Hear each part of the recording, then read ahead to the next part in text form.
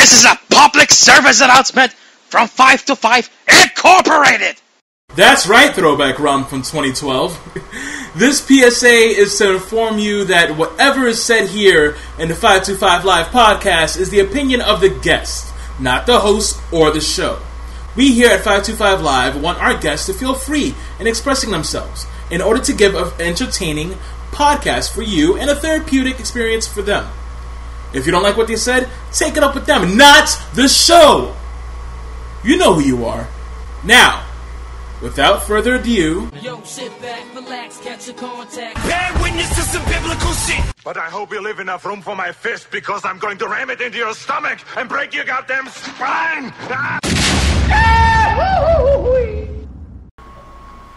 And ladies and gentlemen, how are you doing? This is Sean Nova, of course. This is the 525 Live podcast. Here today... Oh boy, I'm getting a little nervous now saying it too.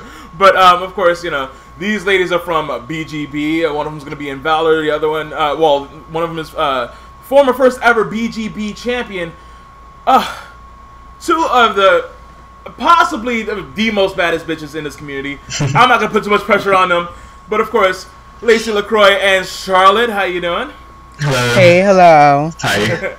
Alright, so just so for the people that don't really know you guys' voices, just introduce yourselves, which one's which, so we know which one has the accent, which one doesn't. Okay, I'll go first. So, I'm Charlie. Okay. I'm the creator of Charlotte Melrose, a.k.a. The Killer Doll. Yeah. Hi, my name is Eric, and I am the creator of Lacie Lacroix.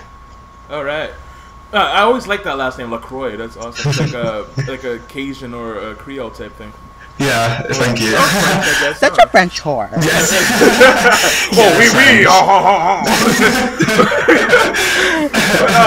Yeah, so like the first question I usually ask everybody, is pretty much standard on the show, is how did you two start in this community? Let's start with Lacie. Oh, right, okay. Well, I have been playing the games since Spider-Man 2008, I believe, and then I always kind of had the idea for my character, but she didn't get the name Lacie until 12, and then I only really joined the community in 14 when I met Charlie and the other BGB divas, and then I made my Twitter, and here I am. Okay, and then how about you, Char? Well, I used to be on PS2 like a lot. Like, I think the first game I got was probably 2007. But like I didn't really care for like the community, so I was like on PS2. I was just playing offline. Right. But then like I remember my brother got a PS3, and then I started playing like on PS3. So then I was like, oh shoot, there's a community. I was like, oh, this is lit. Like this is lit. Like so of course like I started like making attires and started posting on YouTube because I saw like so many divas on YouTube. It was so big back then, like on YouTube, it was just about YouTube. Now it's about Twitter, but like it used to always be about YouTube. So I was like, okay, I need to get on this. So yeah, that's how it started. Now, now with you, Charlotte, first. When it comes down to attires, right? You're talking about how making attires and everything. So now, was it when your first attire that you made? Was it something similar to how it is now, or were you doing with the more traditional, like the tights and stuff like that?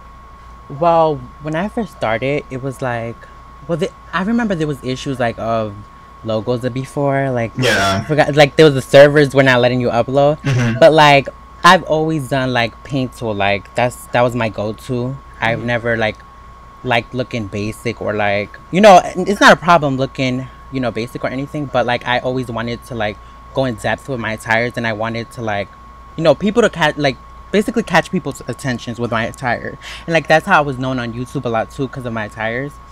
But yeah, like they was always similar, like to now. Okay. Yeah. And how about you, Lacie? Well, I always kind of had that quite revealing style, I guess. And I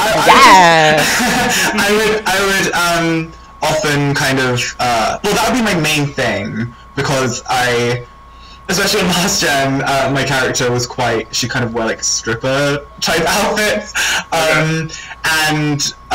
then I would sometimes make more covered up outfits. I remember, especially on Last Gen, I used to get so much shit for for what my character was wearing. Like, people would call me like a pervert and stuff like that. But so like I did sometimes make ring gear, but it would mostly be like revealing stuff. So like the stuff I'm doing now is very similar. Like to even when I was making claws in 2008, Spanish vs. Raw 2008, like I would make them wear like lingerie and like stuff like that. So yeah, I've been doing it for a while. All right, so yeah, so Lacie, what is it like? Let's say for example, somebody on Twitter recently. I'm not gonna shout them out because I don't want to put them on blast, but I'm pretty sure you guys know about it already. But he had tweeted out saying, "Oh, I like my divas just like actual wrestlers." Mm-hmm. Now, what do you say to people that criticize the whole like the lingerie or the risque attires per se? You know, like what do you say to people that are against that? Well, I mean, I respect everyone's opinion. Well, I'm not asking for you to curse anybody out, but I'm just like, no, I know. If you can convince them like it's justified on why you dress like that. Yeah, okay, I understand their points. I do think it's a little bit unfair because my core, she's largely based on Candice Michelle and Sable, and they were wrestlers. They were quite good wrestlers, and yeah, that's kind of how these kind of revealing outfits started. And I mean, yeah, I get that it's not really like ring gear, but for me, this is how I express my character. I know that a lot of people do try to do similar styles, but for me, it's quite integral for my character because that's just how she is. I mean, I feel like I'm explaining it badly, but for those who do know my backstory, or if you've seen my core wiki, you kind of understand why Lacie wears the outfit that she wears. Right. It's all very deep, and there's a lot of. It also makes sense too because your name is Lacie and you're wearing lace. You know, what I mean. But the same thing for you, Charlotte. Is it the same way? Like you take inspiration from other past wrestlers and they have similar backgrounds. What? Well, like if you've seen my con stuff, like you know that I'm usually covered up. Right. Like. But then again, like, I like showing her cake off, too, you know? It's like, I'm inspired by old divas, too, because I feel like, I saw a post recently, like, they were saying, like, these divas didn't pave the way, and it was, like, Tori Wilson, and, like, people were, like, talking down on them, and it's like, like, everybody has their opinions, but I feel like that's where, the ratings were really high back then, and, like, they put on great shows, they were good actresses, they were good, they did good, like, and that's what a lot of divas now are even inspired off of them. So it's like you can't discredit divas from the past just because you feel like they were just based or like look upon on their looks. Like that's messed up. I know, I agree on that one because it seems like it's unfair to the people that were there because they were there when the ratings were super high. They brought in the attention of the fans. It's some people look down upon it where it's like, oh yeah, well you didn't have to show your ass and be on Playboy, yada yada yada. But I'm like, it's not like they were held at gunpoint to do that. The people that posed on Playboy and did the whole bra and panties matches and everything like that they wanted to do it. So, like, I guess they're owning their sexuality. If you want to go with the whole feminist thing, then don't discredit them because they wanted to do it. They were owning their shit. You know what I mean? Exactly. It's their choice. And I feel like, also, like, divas back then knew how to wrestle, too, Like, we had Mickey, we had Trish. Mm-hmm. We had so many talented women, and it's like, they like sleep on that era. Like they make it seem like it was so bad and it was so evil, but it was actually not. But about the outfit thing, like I feel like everybody's entitled to their opinion, and everybody has their preferences. But I feel like if a person has a certain character, just like Lacie, that she's a really what do you call her, promiscuous, whatever, she's like slutty and really like a rich girl, like everybody has their own character, so you can't judge a call for what they wear when they're just trying to portray the character by their ring gear. Yeah, don't judge a book by its cover, right? Yeah. Like, because there's always more. Also, I did want to just quickly add, like, when it came to the past divas, I do also think that it's unfair that, like, they didn't pave the way or they didn't, like, have any kind of impact because, that was during a time when only really their appearance mattered, and despite that, they still tried to be good wrestlers. Like, Candice tried, Tori tried, like, Trish. Candice really, she really evolved because, like, I remember Candice Michelle just being there for eye candy, but then when she started wrestling, she was pretty decent. Like exactly, that's what exactly. She's not a Lita or Trish Stratus, but she was still holding her own. That goes to show like that divas, they actually cared. Like, they didn't, like, because Candace, she didn't get no credit for that. Like, they just sleep on her, but, like, she changed, she evolved. Like, she was not playing. She was like, you know, but let me put, you know, because the divas started getting serious, and they were like, you know what, she was probably like, let me start trying, because they really sleeping on me. And because of that, like, I have the utmost respect for that, like, era. Yeah, and people that knock that era, like the Ruthless Aggression era, you know, with the whole Kellys and everything like that, but then they will praise Lita and Trish, where, like, yeah, but they were doing bra and panties matches too. They were doing the photo shoots and everything, and only the sexuality. Just because they happened to be taken seriously at the time with the main events and the matches that they were doing, sure, but don't knock the other people that came after them during the early 2000s, because they were doing what they can with the time that they had. And also, you gotta understand, around that time, it was all around the whole sex sells thing, because you had the movies like the American Pie movies, like all the raunchy comedies where, like, oh yeah, we're gonna show a titty because there's no internet porn out yet. So you know, it was one of those things where it's just like they had to highlight that stuff because that's what brought in the views, and now things have changed. So that's just the time. Especially they wouldn't forget about that. Right. Yeah. Mm-hmm. All right, so besides all that, like, is there anything like now when it comes down to attires and stuff like that, right? Anything that really inspires you? Like, what do you look to when it comes down to coming up with new attires? Like, for both of you, whoever wants to start first. You go first, Charlie. Okay, I'll go first. Well, I get that question a lot, but it's like hard for me because it's like I don't really look into anything. It's just random. Like, I guess like we all have our taste, and then when we see something on the internet, or like if we see someone on TV wearing something that we like, then maybe that's what I use. You know what I mean? Right. So it's like me, it's not really like for example, like recently I've been watching a lot of like old divas like Trish and stuff like that, and I'm like, ooh, this top is cute, I might do something like that. Or like I'm like looking at a magazine or like in the internet, just like searching through, you know, stuff, and I get inspired by like random like models, or like, you know, it's nothing like that I would just go to, like, oh, let me go here. It's just random. Yeah. Okay. Yeah. For me, mine is a little bit more. I kind of look to my inspirations. So, one of the biggest inspirations for Lacie is a superhero called Emma Frost, and like awesome. she's been like this character that I've based Lacie on like since her inception, and she wears revealing outfits. Like, she's a fighter and who also wears very revealing outfits. And a lot of the outfits I have done have been inspired by stuff that she's worn, or, you know, or real wrestlers like Sable and Candice, as well as like other virtual characters that I've been like inspired by. But, okay. Yeah.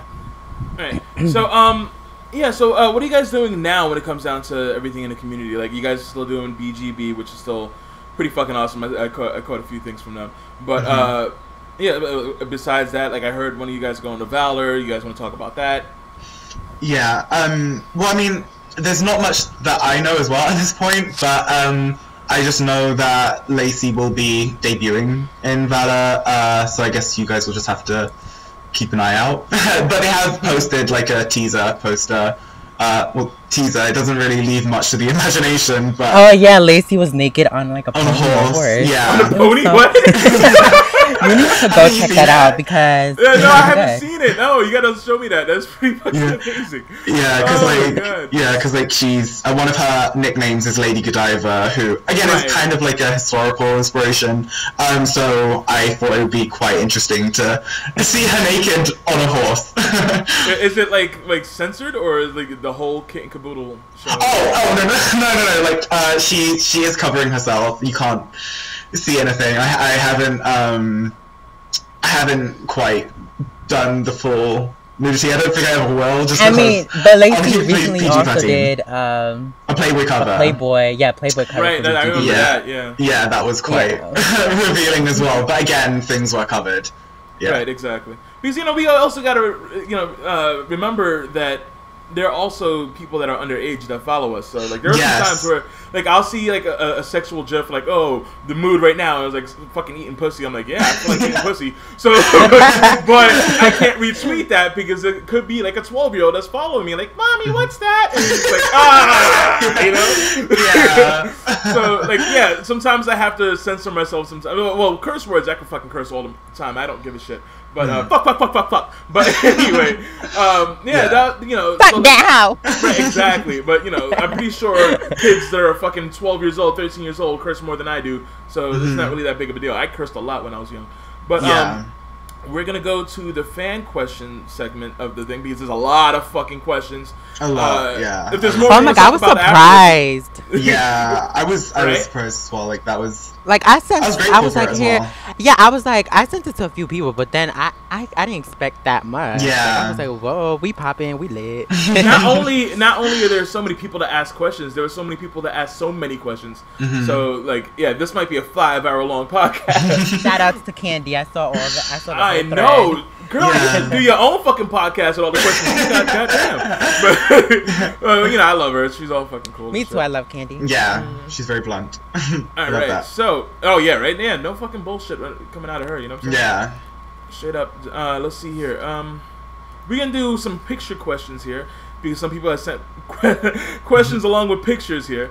And let me copy this, and I'm gonna send it to you live, so you guys could like have a live reaction to it. Oh, cool. Now this is coming from Ivan Maverick at Ivan Maverick Z. He wants to know. Let me send a picture here. Skype is taking too long. All right, so I'm kind of scared. I'm gonna hit enter. What is it? Oh, I'm a little bit scared. It's nothing like a dick pic or anything like that. But trust me, I would not send that. But let's see here. Alright, now he wants to know: would you guys fuck him? What's his net worth? Right. What's his net worth? Lacie is a gold digger, so if you have money, go by the outfit that he's wearing. Like I don't know, is that shirt really expensive? It doesn't really look it, but I like the face paint. Okay. Yeah, the face paint's cool, but wait, hold on, you guys like face paint? Yeah. Unless he's got that money, otherwise. It's a no. Right. If you got money, damn me. Okay. So money's the ultimate aphrodisiac. Yes, definitely. All right. So now there's another question. Let me go scroll down to this one because this one is going to be a popular one, and I want to get it out of the way ASAP. Now, ooh, okay. Scrolling through all the Candy questions here. God damn it, girl. All right, so and then where the fuck is it? Where the fuck? I hope he didn't delete it. He's known for deleting shit. Now my Twitter decides to load. Like, hey, you know, take forever. Go ahead. All right, here we go. Now, OTP at that Raging Cajun asks.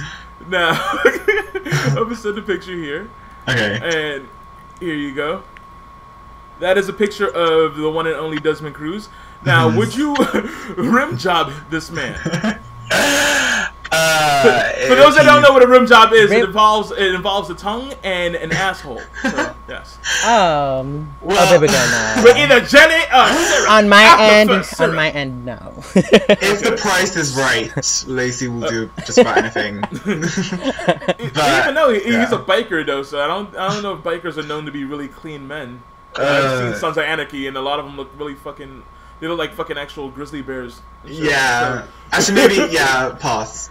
Nothing against Desmond. I'm pretty sure he smells like fucking Irish Spring and shit, but still, it's just... Who sent that question in? OTP. OTP, you little freak. You little nasty.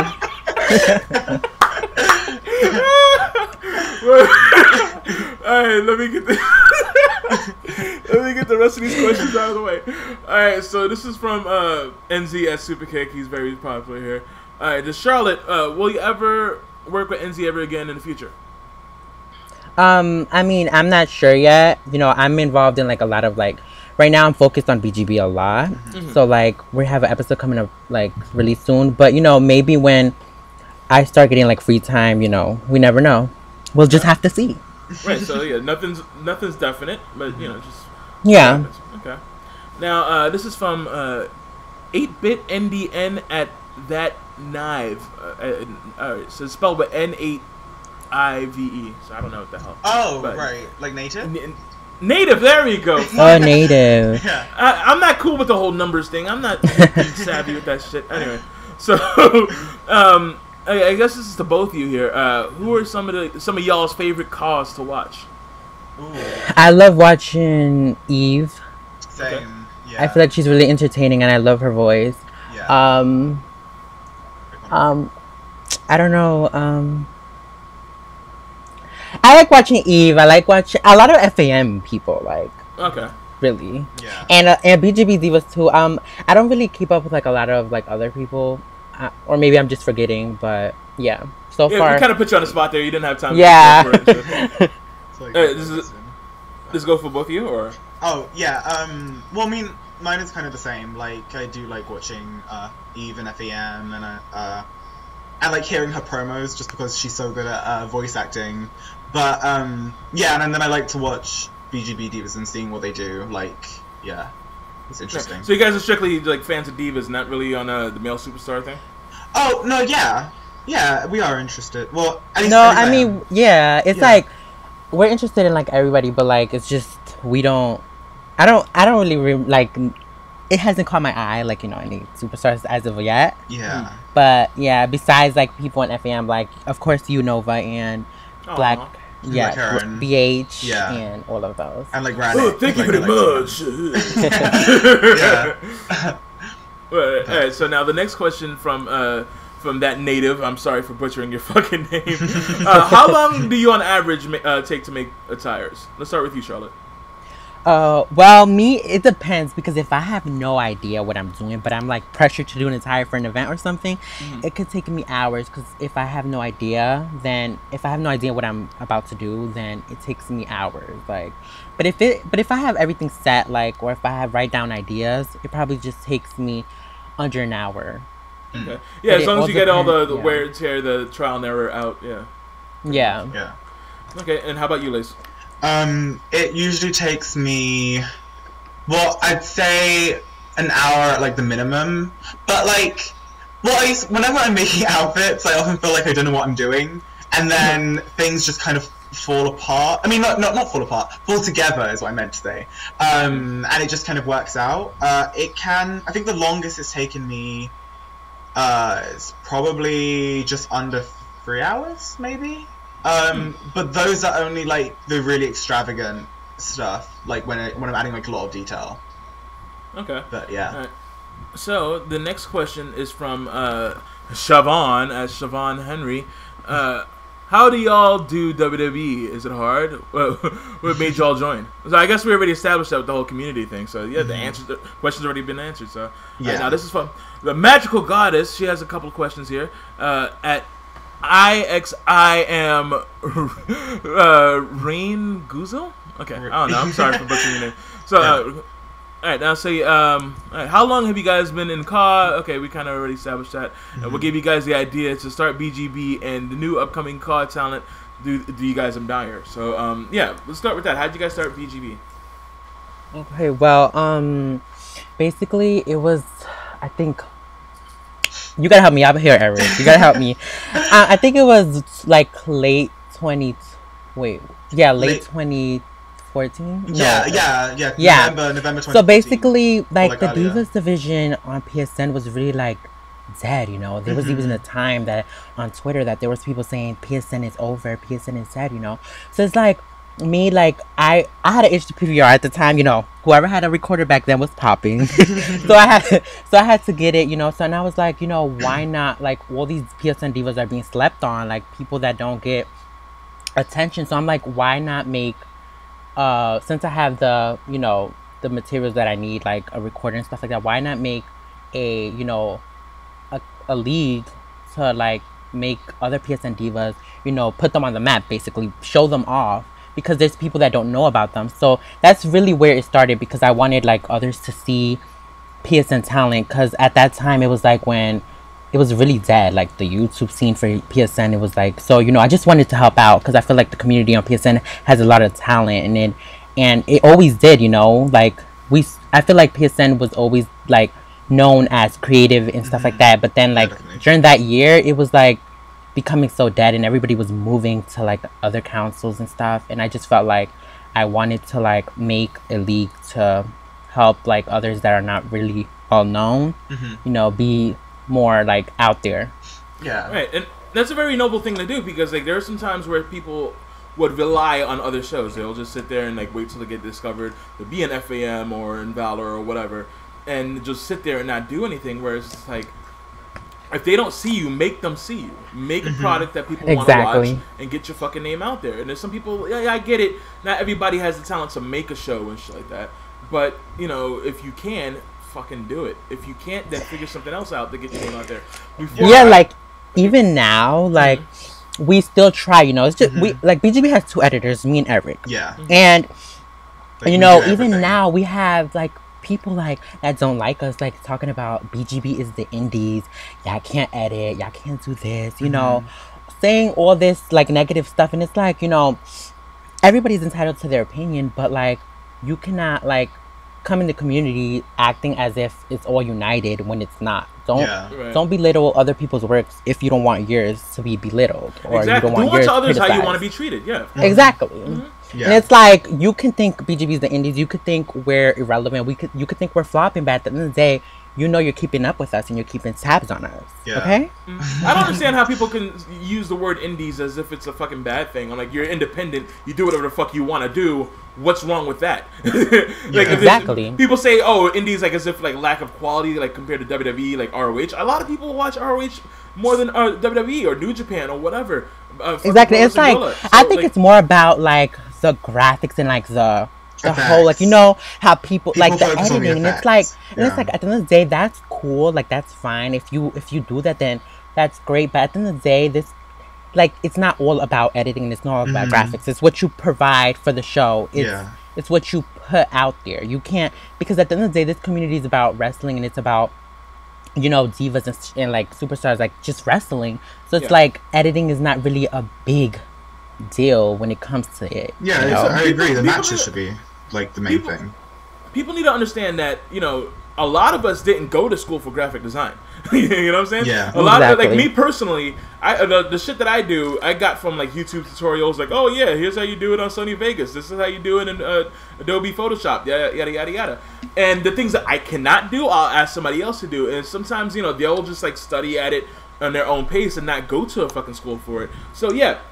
Understand that we don't get paid to do this. This is not something where, like, even the like FAM channel, for example, I'm pretty sure they're not fucking swimming in cash like Scrooge McDuck and shit. So it's not like it's something where like no one's Vince McMahon in this community. You know what I'm saying? So like a lot of people are doing it as a hobby, and other people have lives. So like they want to go to school, they have a job, they have family, they have girlfriends or whatever, boyfriends, and it's something where like you can't be sitting there 24/7.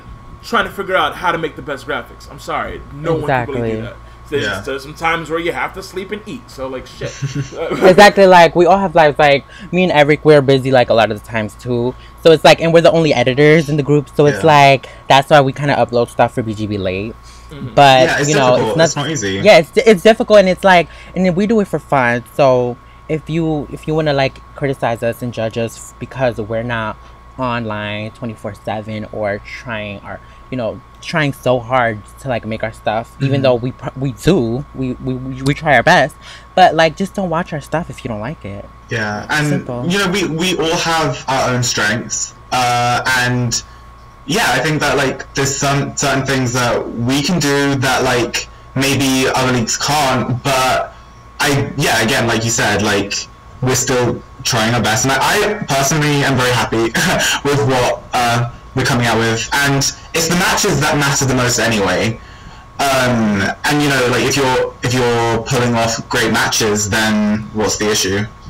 Right, the matches, the appearances, everything. Yeah. Like. Yeah. I think what really matters out of the whole thing is that if it shows that the person creating the show gives a fuck about the product. It doesn't matter about the graphics or this and that. You know, the match types are wrong. Yeah. Make your own fucking show if you really feel that like if shit's not up to your standard. Make a show that's up to your standard and see if anybody finds it better. There's some people out there that critique shit with nothing to show for it. We're like, oh yeah, I hate this show. Oh, what show have you made? I didn't make a show. Then shut the fuck up. Exactly. Like, it'd be the main people that haven't even like started a league or haven't even started editing. Like, they don't even have a editing software downloaded, and they still want to critique others' work. Like, yeah. No. Yeah. Or they're not even on anybody else's show. They're just sitting there like doing nothing. And sometimes you gotta ignore those people. And then also you gotta take into effect that if people are hating on you and saying that your show's this and that, some people may have a point. Maybe they feel like you know some people are slacking in certain situations, certain areas. But also the majority of people that talk shit are just haters. They're just shit. Not to sound like a cocky son of a bitch or anything like that, but it's just people that just love to talk about the big dog in the fucking yard. It's just like with FAM. FAM is probably like, well, when it comes down to subscribers and view count, they're the biggest group in the community and shit. I'm not gonna say quality programming or anything like that, because that's up to debate for anybody, because beauty's in the eye of the beholder. But when it comes down to facts, that people get a lot of views, a lot of likes, a lot of subs, but they still get hated on by a lot of fucking people, and it's like, well, what the fuck are you doing? You know what I'm saying? Like, you're not gonna make a bigger fucking difference. They're still gonna do what the fuck they gotta do. Why are you sitting there in a dark ass room talking shit about people you're never gonna meet? Like, it's fucking sad. Yeah, and like, I do think that, you know, critiques are important, and you should take that to account. Like, you know, if someone's giving you a genuine criticism, but there's a difference between critiquing someone's work and just hating on it. And I think that, especially in this community, there is a lot of hate. Yeah. And so now the next question is, how was the first season of BGB? This is from Magical Goddess, of course. Wait, what? How was it? Yeah. Like. Oh, that was on last gen, I believe. Yeah. It was really. I mean, Are you guys proud of it, or I mean, of course, I'm proud of every work I did, because at the time I was not such a good editor, but I still made it happen, and I enjoyed the people I was working with at the time. Like, there's a lot of people that, around the community anymore that was in like season 1. So yeah, I was happy about it. Okay. All right, and then this is for Lacie here. All right, the last question is, all right, so what? Okay. What person in the car reminds you of yourself? What person? Like another person? Yeah, is there anybody that's any car that was like, oh yeah, that's something I would do, like attire wise or attitude wise? Oh, that's kind of a hard one, actually. I don't really know.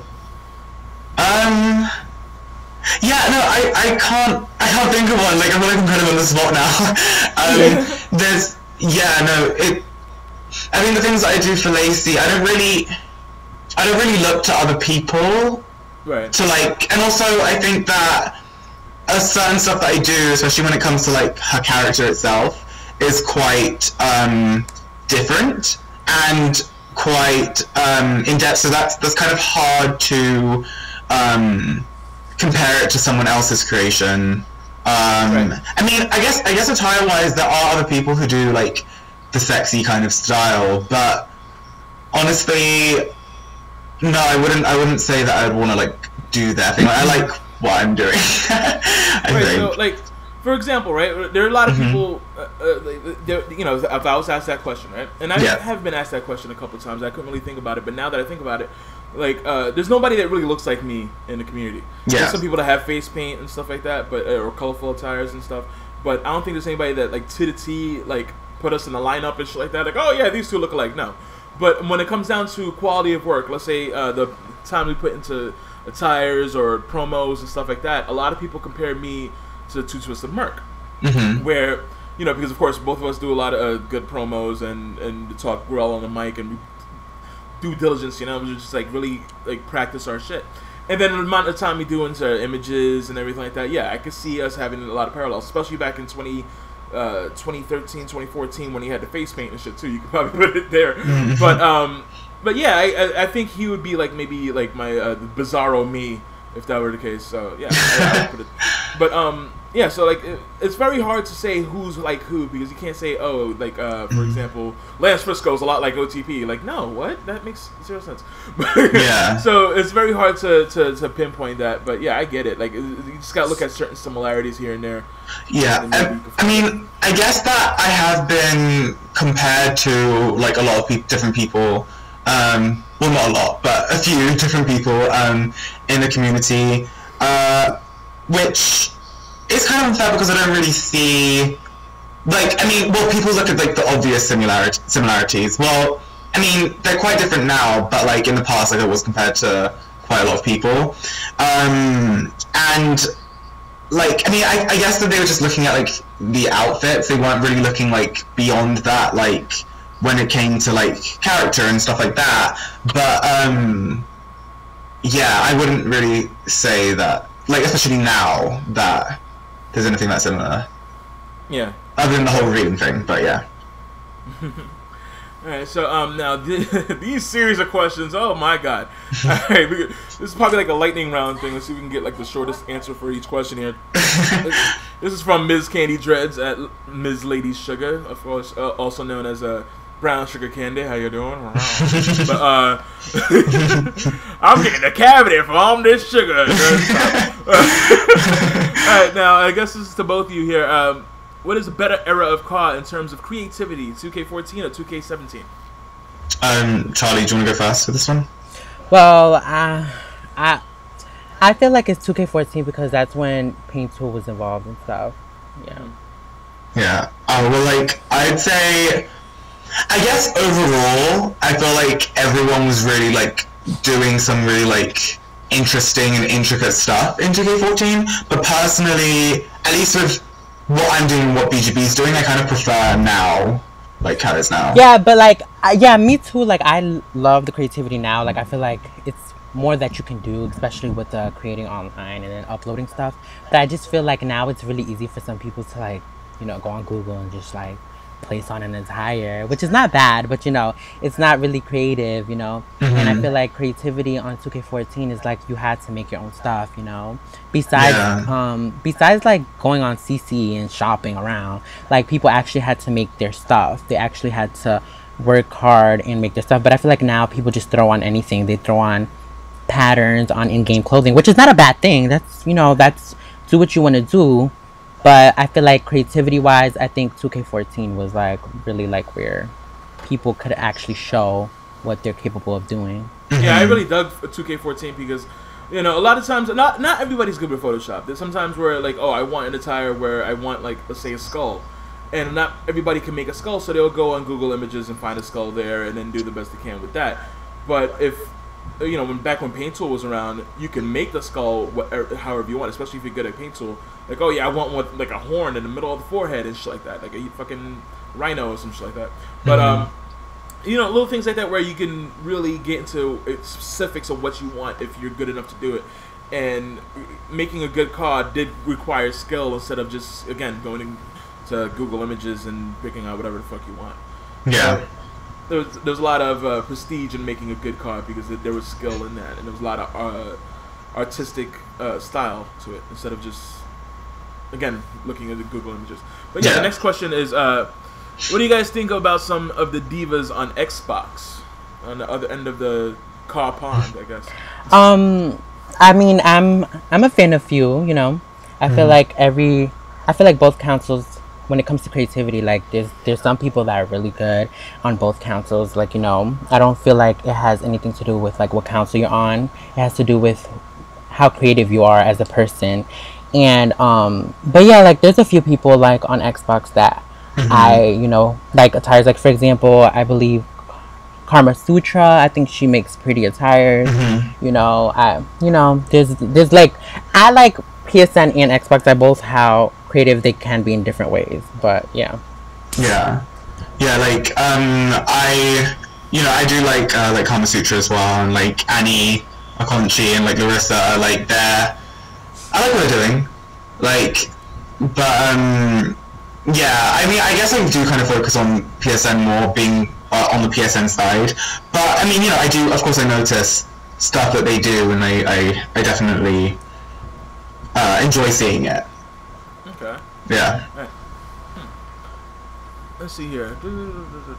What side do you think presents itself well? Like attires, matches, shows, leagues, etc. Like, what do you think? Like, what best catches your eye, really?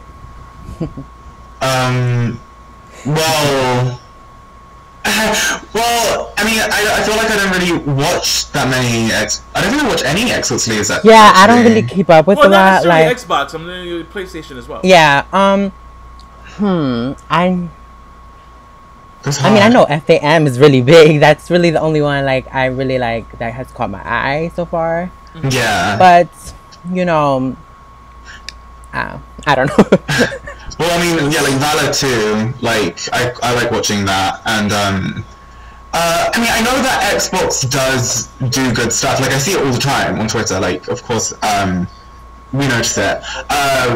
But yeah, I don't really watch very many Xbox leagues. I mostly just watch PSN leagues. So I guess that I guess I say PSN.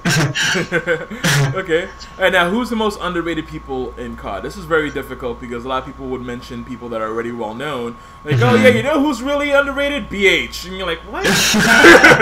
Yeah. That dude has like fucking 10,000 followers. How the fuck is he underrated? But yeah. Anyway. So like, who do you feel like? Who are the people that have like maybe 50 followers and shit that should be seen more? Charlie, do you want to go first? So I can think. I feel like, you know, there's many that I can't really think of now, but I feel like there's a lot of, not to like be biased or like to be like unfair, because I'm in BGB myself, but I feel like there's a lot of BGB members who are not really known, Definitely. not really out there. Yeah, absolutely.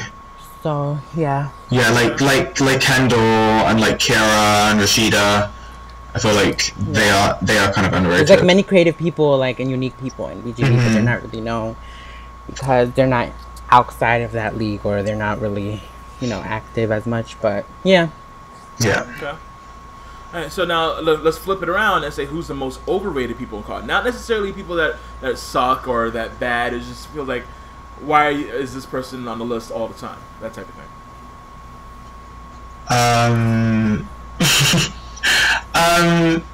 This is kind of a hard one again. Overrated. Give me some names that you think are overrated, Nova, and I'll judge. And I'll judge from that because about that. All right. because I mean I can't think of like, because I don't really watch a lot of like stuff, you know, and it's not because I don't want to support people, but it's just because I either like watch events that a friend tells me to watch, or you know, like stuff like that. I don't really keep up with like a lot of events, and you know, usually I only like watch them when someone's in it that I, you know, like, or someone asks me.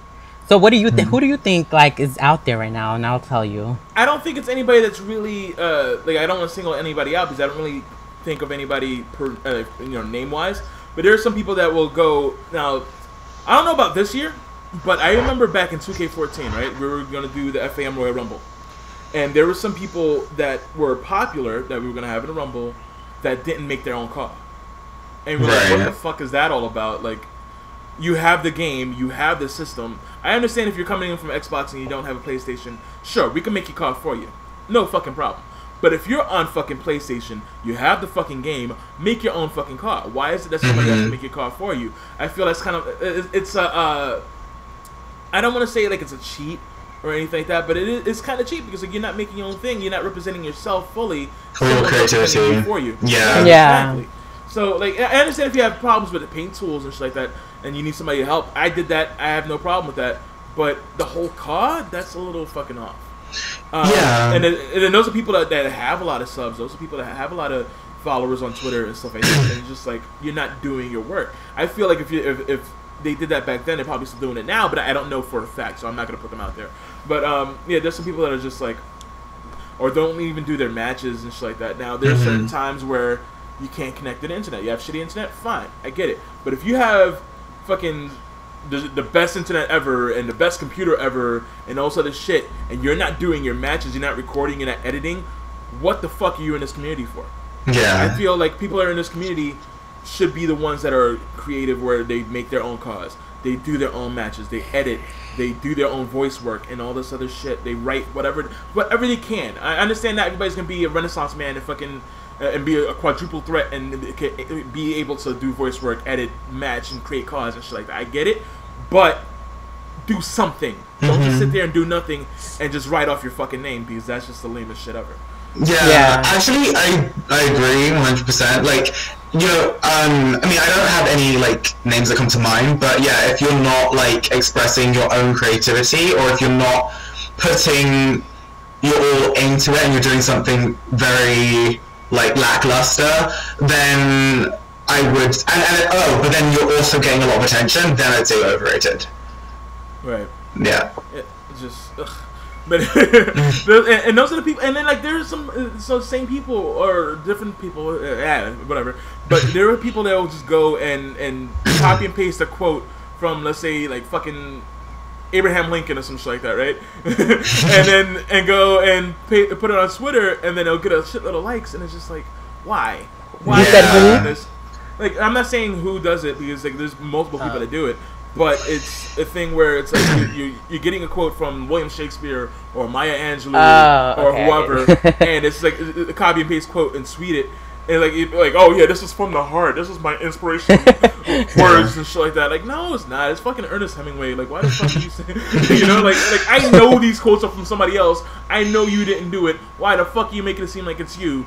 Sometimes it feels like sometimes it feels like we can do like put so much effort like and stuff, like for example like me making attires, like I take that serious and like, you know, my work and stuff, and I feel like sometimes it's not really appreciated or seen by the community for whatever reason. And I feel like a person could have just come out with, not that I'm not knocking nobody for making simple attires, that's fine, everybody has preferences, but like look at Stone Cold Steve Austin. But like I feel like, you know, I put in so much work and it's not seen.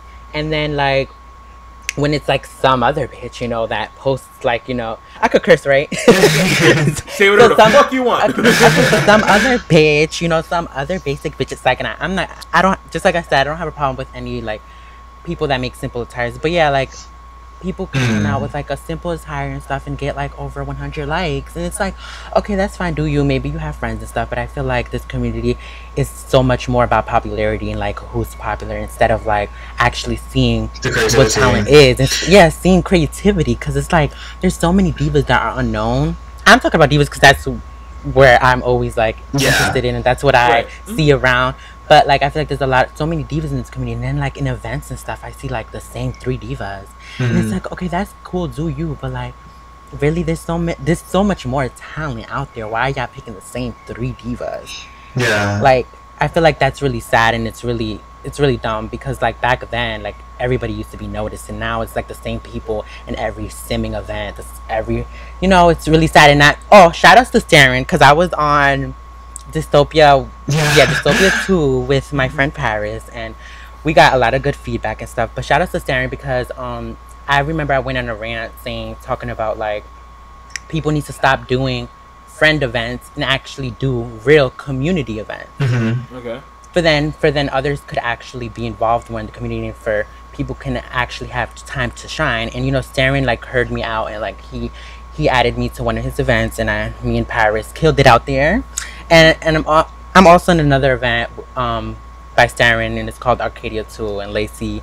It'll be me and a friend versus Lacie and Heather. Yeah, Jack, you should have had me on fucking Arcadia. I would have fucking been the best of that shit. But you don't want to ask me. It's alright. You're supposed to be friends and shit, and you don't add me on Arcadia nor Dystopia or Dystopia, whatever the fuck. Like, next time I better be on that shit. At least a host or something. Goddamn. But also, actually, like on this topic, I did actually want to just add that.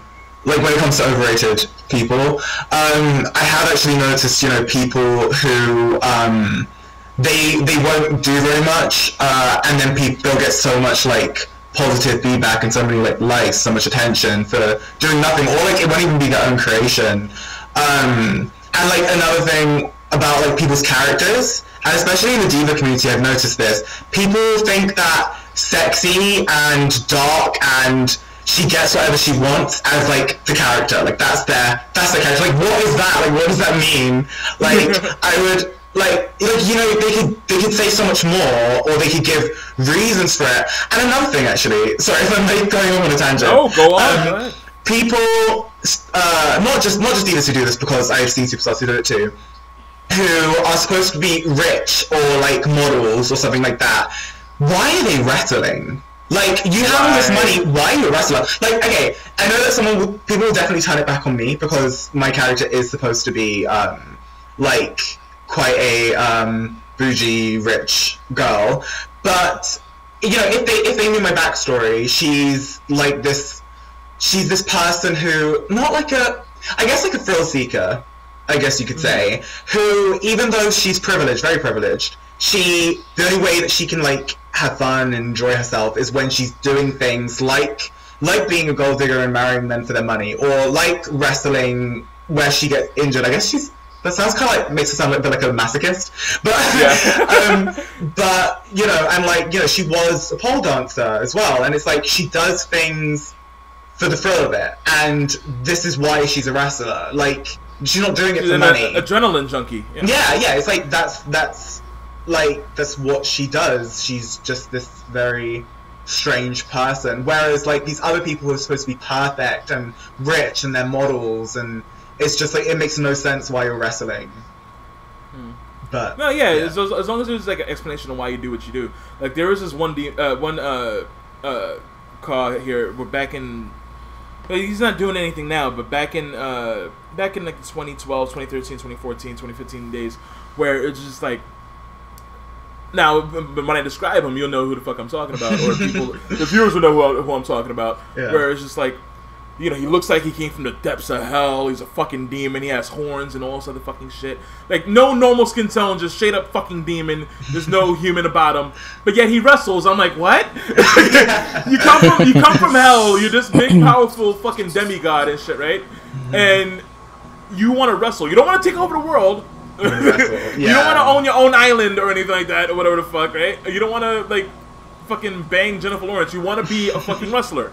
And it's like, why? Yeah. Like, and then how is it, if you're from hell, do you not kill people with one punch? Yeah. Like, how, you know what I'm saying? Like, I get it if you're where, you know, Cain, the devil's favorite demon and shit like that, but he's still human. You know, he may be possessed by a demon, or the Undertaker, same thing.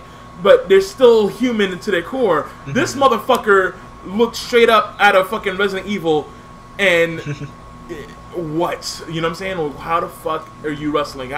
Do you get paid to wrestle? Is it like fucking direct deposit? Do you have a fucking bank account and shit? Do you have credit? Like, I don't understand. Do you have a house? Do you live in a normal fucking house in the suburbs instead of like a cave or some shit? You know, it's just like, so many questions come up when I see this fucking car, and it's like, I don't get it. I don't fucking get it. Yeah. But yeah, that was pretty much it for this question, right? Yeah. All right. So throw some names out there for your favorite folks in call. Okay. Eve, BH, Heather, Lacey, Rashida. Let me see.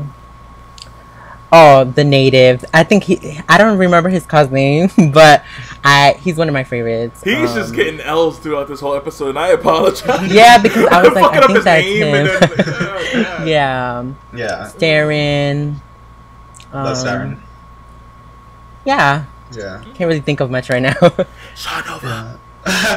Yeah. Actually, yeah. Like, Sean Nova is actually one of my favorite superstars. Yeah, he's my favorite too. I don't know. No, but like, I don't know if you saw my FAM Rumble review. Did you? Which, for this Rumble or for the last? For this Rumble. No, I didn't want to look at any of the reviews and shit like that, because I feel like it's just like I'm self-indulging. Like, oh my god, man, yes, talk about me. Like, I feel weird about it. I don't know. Oh well. What did you say? I was rooting for you to win, basically. And yeah, like, out of like off the top of my head, like, characters I like, well, Charlotte, of course, Nova, Heather, Eve, Paris, Joyce, Layla. I also like Kama Sutra. I love that name. Yeah, I mean, I think her was actually called Delilah or something, which is also a very lovely name.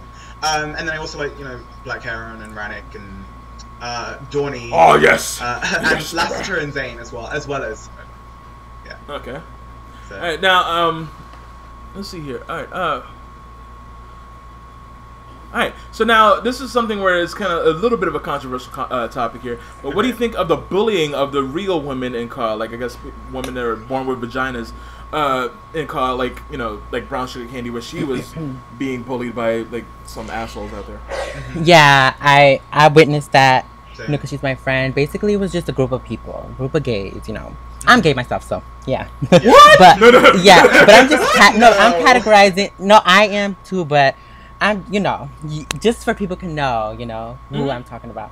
So it's like, they were just making fun of her hair texture, you know, calling her brown sugar N-word, and basically calling her candy dreads, and, you know, making fun of her, you know. Same thing happened in Paris. Like, they would talk about, there was these group of people that would talk about, like, pray for Paris. You know, the tragedy that happened? Yeah. Like, they would, like, they would, like, literally post stuff, like, I was pray just more for Paris. surprised that no one said anything. Like, and nobody has said anything. This is why this community's evil. You feel me? Like, I feel like I have fun and my friends keep me here, but this community is really evil because it's like, you know, we say something, like, something so small, and it's like, oh, it's the end of the world. The killer doll just said this.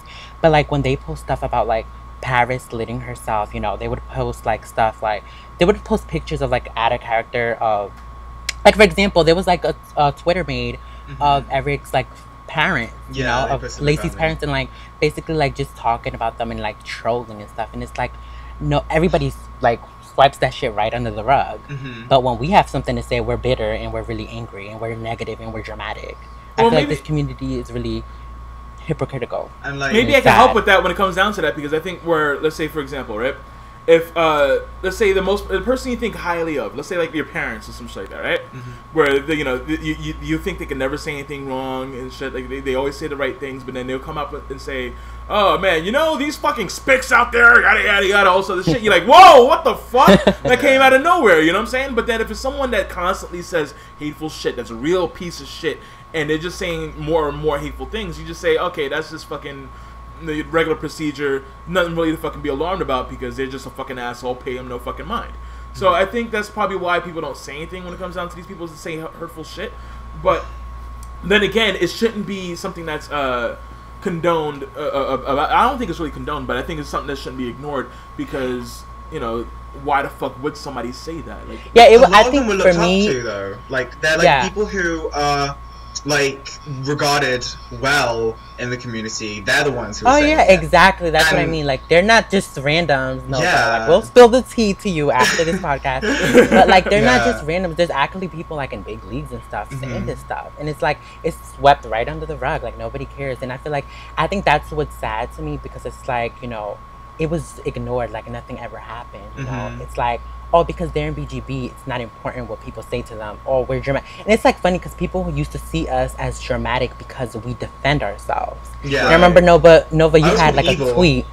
Yeah, Nova, you had a tweet before saying like, when you defend yourself, I forgot exactly how it was, but it's something like around the lines like saying, it's never wrong to stand up for yourself or something like that. You're not evil when you defend yourself. And yeah, and I think that applies. Yeah, like, it's just, I know that a lot of people have probably seen the things that some of us have said. I know that I've definitely said some things that I never thought I would say. But we've all been there. It's a human thing. But it's like people were calling us evil and stuff like that for defending ourselves or for saying it in response. Like, yeah, a lot of horrible things were said, but like, they wouldn't have been said if like someone hadn't taken it there first, if you know what I mean. Right. And it's like, you know, if you're going to tell someone to kill themselves, if you're going to talk about like personal things and like stuff about their family, and use tragedies as well as racial slurs, like, they don't, and like, it's crazy to me how people of those races can be friends with people who use those kinds of slurs to hurt someone. Like, I know that I wouldn't be friends with someone if they used the N-word to offend someone. Like, and it's just insane. Like, how can, and like, I remember kind of recently, I think it was like me and like two other friends who were in an argument with one person. But the reason why that happened is because that person said something about all of us first. And then someone else saw it, and they saw what we were saying, and then they called us evil, basically, because, you know, it looks like we're attacking one person. But it's like, it's ridiculous, and I think that it's unfair that people swipe it under the rug when it's them. But like if it's us, it's like blown up. Yeah, I feel like the best. Now, I don't want to say like it's the best revenge or anything like that, but this is how I handle it with certain things. Where, let's say for example, right? If I have beef with someone, let's say in the FAM, right? Mm-hmm. And you know they do stuff that I don't like, or you know they did something to me that I don't like, or whatever the fuck. I don't go and say, "Oh fuck that motherfucker," or some other bullshit. I'll see if I can do something in my with the stuff that I do great. Let's say like a promo or a match or attire or something like that. And I make whatever I can to make myself better than that person. Like, okay, you want to talk shit about me? That's fine, but I'll shine you in the next fucking show. No one's gonna fucking talk about you. They're gonna talk about me. Exactly. So I'm like, fuck you. Everybody's like, oh yeah, fuck Sean Nova, he's overrated, yada yada yada. But I'm like, yeah, but you got 30 fucking subs. Look what I got, bitch. So, but you know, it's little things like that, and I you know, we have to understand there are a lot of people in this community that have too much fucking free time in their hands. There's some people that I'm not gonna talk about their disorder or anything like that, but there's a reason why they're not working 9-to-5 jobs. There's a reason why they're not in school all the time. There's a reason why they're always on the internet doing fucking bullshit. Because there's some people can't fit in with normal fucking society, so they will fucking say some crazy ass shit just because they have a certain amount of subs, a certain amount of followers that they feel like they're untouchable. Because technically, some people, like, who would really want to go against somebody that has like 15,000 subs or 15,000 fucking followers and shit like that? It's something where like, oh, you don't want to do it because the beast is too fucking big, so let me just go ha I like the thing because like maybe they can get me into this clan, or maybe they can get me on a show or whatever the fuck, right? So it's a fucked up thing where the scale's a little too tipped just because of how popular you are. But still, me personally, I don't care how many fucking subs you have or how many fucking followers you have. If you're an asshole, I'm gonna call you a fucking asshole. Yeah. Plain and fucking simple. Exactly. But I'm not gonna go and stoop down to their level though. I'm not gonna go and like, oh, you're gonna be racist? Well, I'm gonna be racist too. No. Yeah, like that's the thing. We try so hard to like, just do our stuff and like just carry on, but it's like some stuff can't be ignored. And like me, I'm a very blunt person, and then I feel like people see me as dramatic because I'm blunt and because I call people out when something's wrong. And it's like it's really hard in this community. Like for example, that what about the candy thing and the Paris thing. Like I'm not just gonna let you attack two girls and talk about their hair textures and talk about them slitting themselves and talk about tragedy. Talk about pray for Paris. They really talk about self-harm as well. Like and they were even, I remember one time there was like a group of friends that were like playing GTA, and then they had their hands up in front of cops, and their divas were, and their like characters were wearing lingerie and shit, and they were like, Black Lives Matter, and it's like, okay, they, I was like, I saw them laughing under the post, and I'm like, that's not cute. That's nothing to like joke about on GTA, and it's like, oh.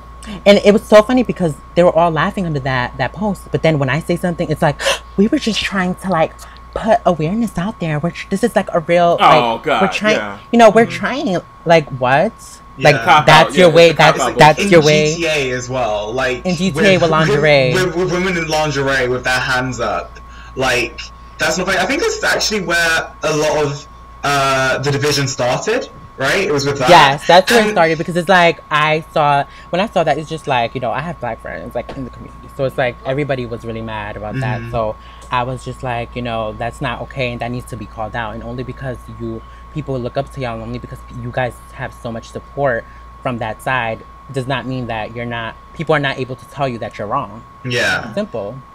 Yeah, I don't understand it. Like, who would want that type of crap on their ledger? Whereas, like, I'm a Christian, right? I don't go to church every week or anything like that, but I feel like there's a higher power out there, and then when I die, I will be judged on the actions that I've done in my lifetime. So I feel like, how would you want to like have that on your ledger? Like, oh yeah, you made fun of somebody because they cut themselves, or you made fun of somebody because they're black and shit like that. Like, I'm sorry, any man on earth can do what I do. And just like how I can do, pretty much any man on earth can do. It depends on your motivation and whether you want to succeed in doing that. Like, I can do what Michael Jordan does if I really put my mind to it and I put my fucking time and dedication to it. Sure, but everybody can do what everybody can do. To the point where someone can shoot laser beams out of the eyes, then yeah, sure. Then I can't do what Superman does and shit like that. You know what I'm saying? If he was real. So like, we're all on the same fucking boat here. Don't think that you're better than anybody else. Don't fucking do that. and they do that. You're born with a different shade of color on your fucking skin and shit. That's fucking wrong. The type of hair. Oh yeah, that's another thing I want to bring up. Like basically, like about like being better than other people. Like so, like also like when we're arguments, you know, people belittle us, and like we, of course, out of defense, we're gonna show how confident we are. We're gonna act like we're, just like you're acting. We're gonna try to belittle you, but it's like, and then they see us like, I remember one time they were calling Eric really stuck up and stuff for defending himself. Yeah, he was really confident in his work, and it's like, come on now. But the thing is, they wanted to act like my friends were, wait, what was it? Gassing me up? Is that how they put it? Is that an American thing? I don't know. Yeah. Anyway, they were gassing me up because, because I just remember, like, on the timeline, people were thanking me or something. But the thing is, it's not them who gassed me up. It's the majority of the community for wearing my body textures. And maybe that sounds... conceited. But... Oh, wait, do you want to take over? Yes. Oh, my God. I need to talk.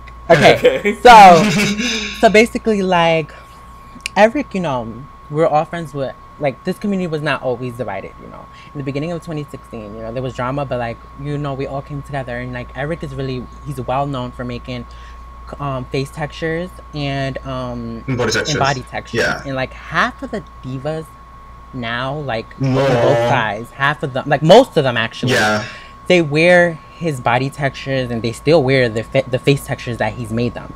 But they're still so quick to, like, belittle him and belittle his work. Like, how could you sit there online, like, trying to belittle him and trying to make fun of the league he's in and trying to, like, make fun of his work, but you're wearing something that he made? And then they try to justify it by saying, oh, but we changed it. We added contour.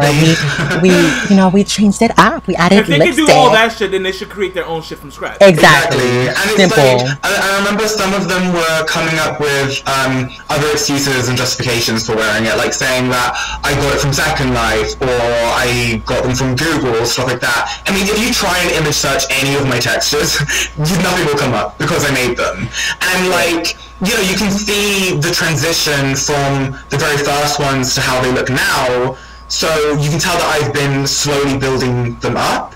And I know that, like, a lot of people were trying to kind of, belittle and, like, put down my creations while and, like, also calling me, what do they call me? Like, saying that, like, I was copying people and stuff like that while wearing stuff that I had made. And it's just, like, I just find it so funny, and it's like even now, like especially after we became quite divided and when there was a lot of drama, people kind of didn't give me any recognition for it, even though the majority of the diva side were wearing stuff that I'd made. And I actually kind of take some pride in that, like the fact that they are still wearing it, because you can find other body textures on Google, but people are still wearing ones that I've made, and I'm proud of that. But just don't laugh at people that talk shit about you and they still use your shit. Like, exactly. Like, and the thing is that they're using, like, I'm using updated ones because I made them. I can keep updating them. They don't know how to make them. They're saying that they've updated them, but they haven't. And something else I've noticed is some people are saying that they've made stuff that I made. Like, recently, people were telling me that certain textures, like face textures that I'd made, that they'd made, or like, so I remember one time I asked someone about who was using one of my body textures, and they told me that one of their friends made it, and it's just like crazy to me that, like, but also, it's kind of like, I guess I've achieved something. It's just like, at the end of the day though, like, I understand, not that I'm on their side, but I understand them, because it's like they don't have anybody who can make those stuff, and like, friend or not, if I was not Eric's friend, I'd probably continue to use his creations too. They're bomb, he knows how to create. And Eric is a friendly person too. Like, he makes textures for everybody. Like, people, of course, now that was a mistake, making it for people that don't even like him or that try to use him. Oh yeah. But even now, like, he made some for Eve. Eve has a new face texture. He's made some for half of the BGB girls, like all of the BGB girls. Like, he's a really friendly person, and it's like, it's sad seeing how, like, some people can belittle him even though they're still using something that he worked hard on. But it is unfair though as well, because it's like, I love helping people. Like, if you're nice or if we're friends, I would love to help you. Like, it's fun. I enjoy it. But because of what happened in 2K16, like, I have to be careful with that because people wanted to, you know, spread my stuff around. And now, again, naming no names, a lot of certain divas look the same in the face because they were reusing parts from textures that I'd made, and they were all using like the same parts. So like a lot of them look related. If you because like for example, like Eric, this is just an example. Eric makes a face texture for a certain person, then that certain person's friend asks that person to send them the face texture. They steal the eyebrows, put it on theirs, or like the lips, steals the eyes, steals the eyelashes, steals every little detail, you know. And then they're like, "Ooh, I have a new face texture." And it's like, it's fine, do what you have to do, but just don't belittle someone's work if you're gonna sit there using their shit. Yeah. That's embarrassing. Like even me, like even if I was like to have an enemy and that made my shit, I would be embarrassed. Like I would be kind of like, oof, I don't want to use this shit because then they're gonna like, oh my god, that's embarrassing because I'm over here talking about his work, but yeah, I'm using it. Yeah, it's pretty much like a Stan moment, you know. It's just like, hey Slim, I wrote you still ain't calling. You're like, fucking, you talking all that shit about a person, and you looking just like them. It's like you become what you hate. Yeah, right. You really become what you hate, and it's the fucking saddest thing. Like, what the fuck? It's there's like one thing that I feel like if you are gonna talk shit, at least back it up. Don't talk shit about someone that you're using their shit. Like, that's dumb. I'm sorry. If you're a fan of the show, you're a fan of me, and you don't like what I'm saying, then I'm sorry, but it's the truth. If you're gonna talk shit about somebody, then use their shit. You're a fucking idiot. Just like this video all you want. It's the fucking truth. I'm sorry. You're probably gonna get a lot of dislikes with us. It's fine. I love it. The NC one was the most disliked video I ever had. But not really. But when it comes down to podcasts, yes. But so I'm not really afraid of dislikes. You're still gonna give me a view to dislike it, motherfucker. So I don't give a shit. So it's, you know, it's fine. But you're free to express your opinion and shit, but the facts are facts. If you're gonna fucking use the product of someone you talking shit about, it makes you look like a fucking idiot. If you don't like the person, then use other shit. If you can't make your own thing, that's fine. I understand. Not everybody's talented enough. But if you're gonna use other people's shit, use the people that you like. Don't fucking you people you hate. Or like another thing is like, or just shut the fuck up, you know? Right. Like, if we don't have nothing to say to you, if we're not saying nothing to you, why are you talking shit? Like, how dumb do you look? Like, you're trying to come for us, like, you're using our stuff. Like, that's sad to me. And I just feel like that needs to stop. Yeah, and like, like one thing that I can say, which isn't to disrespect anyone, because I know that a lot of people do this and a lot of people like this, but one thing I can say is that when you see Lacie, you can know that everything that's on her, I made. Like, you know, like her entire appearance, entirely made by me. Whereas, you know, like, other people, and a lot of other people that don't want to admit it, they're wearing something that I made. But, yeah. But, so we're just going to try to move on to the next question here, because we don't want to get into much of the subject. But, you know, the people constantly say that PlayStation is the worst place for COD. Do you think that's bullshit, or do you think it's just people like? I feel like that's bullshit. That's bullshit. Bullshit, because I feel like, first of all, like there was like I said earlier, there were people saying PSN is dead and stuff like that. Blah blah blah. They always have something to say about PSN. And it's like, and then I remember yesterday we were supposed to do a podcast yesterday, and then there was like people seeing our questions, and they were like, "Oh my god, shady questions. I never understood Xbox versus PSN." And it's like, you made it this way. You feel me? Like we never tried to start that. Like, that's stupid. I would never categorize anybody. Everybody, like, if they get in an argument with one BGB person, they're like, oh my god, the BGB divas are dramatic. The BGB divas this. It's like, we don't categorize nobody because a council can't define who you are or what your attitude is like. And I feel like that's retarded. Like, why would I be like, oh, Xbox this, Xbox that, PSN this, PSN that? I feel like everybody's different in both councils. There's nice people on Xbox, there's nice people on PSN. Simple.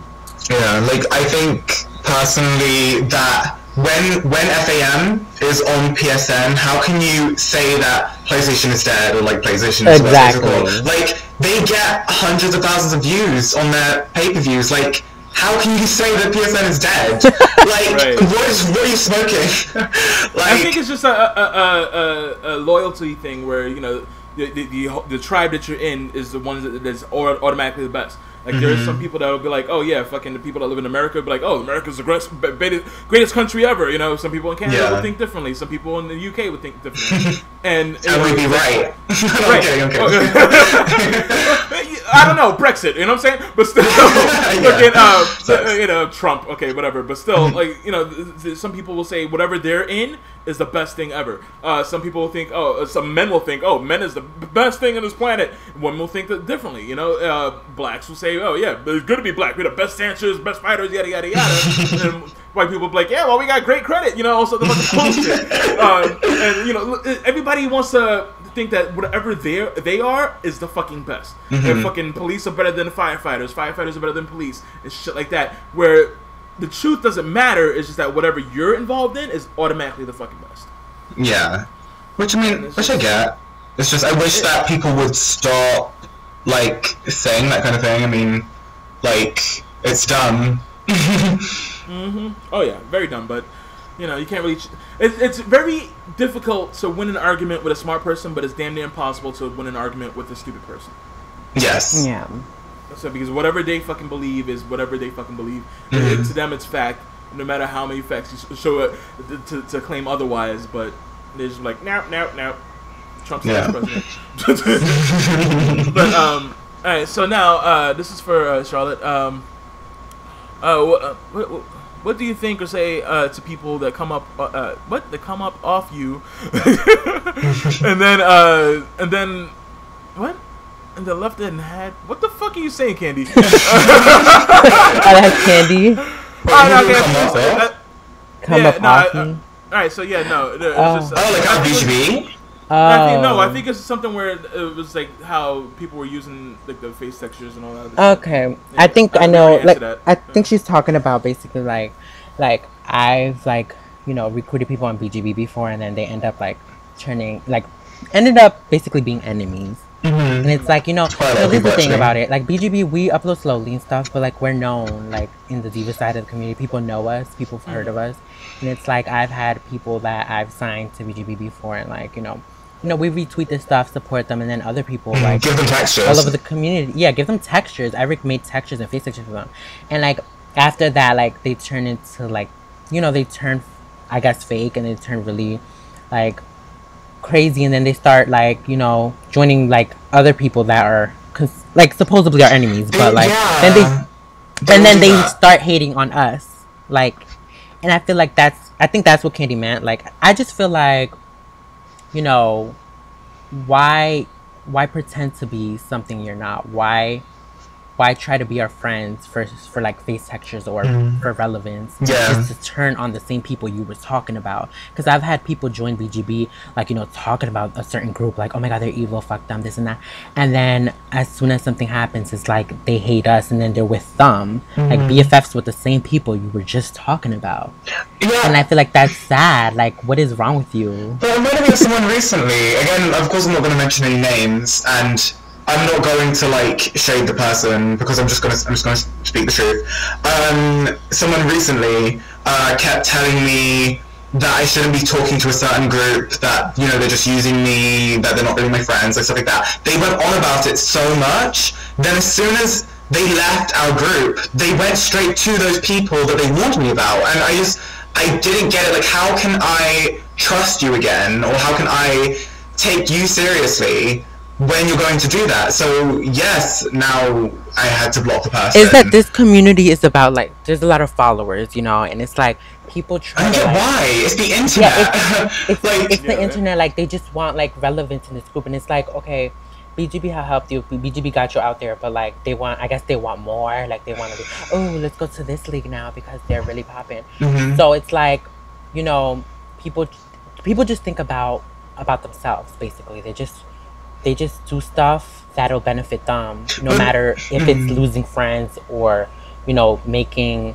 But I think this is a real life career though, and I don't understand followers and like people who will have certain opinions or say certain things because of the people that they're friends with. Like, it completely astounds me, like, how hard must your real life be to let someone control you on the internet? Like, that just, it makes no sense to me. Like, I really don't get it. Like, how can anyone have any power over you on the internet?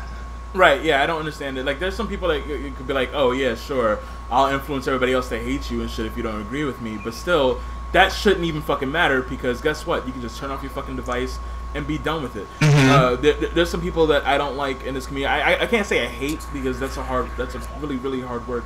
But it's just... people I don't like, I don't agree with, I don't want to hang out with. What I do is I block them, and that's it. I don't have to deal with them for the rest of my fucking life, and I'm fucking fantastic. So, like, I don't understand how, like, oh my god, this person hates me, I might as well go and fucking jump off a roof. Why? If somebody you're never gonna meet, they're never gonna physically affect your life, why should that even matter? Like, I don't give a fuck. But, I don't know, it's just, some people just need to fucking look in the mirror. You know, just fucking deal with your own fucking issues instead of projecting it onto other people. Oh, absolutely. Oh, actually, sorry, just one last thing.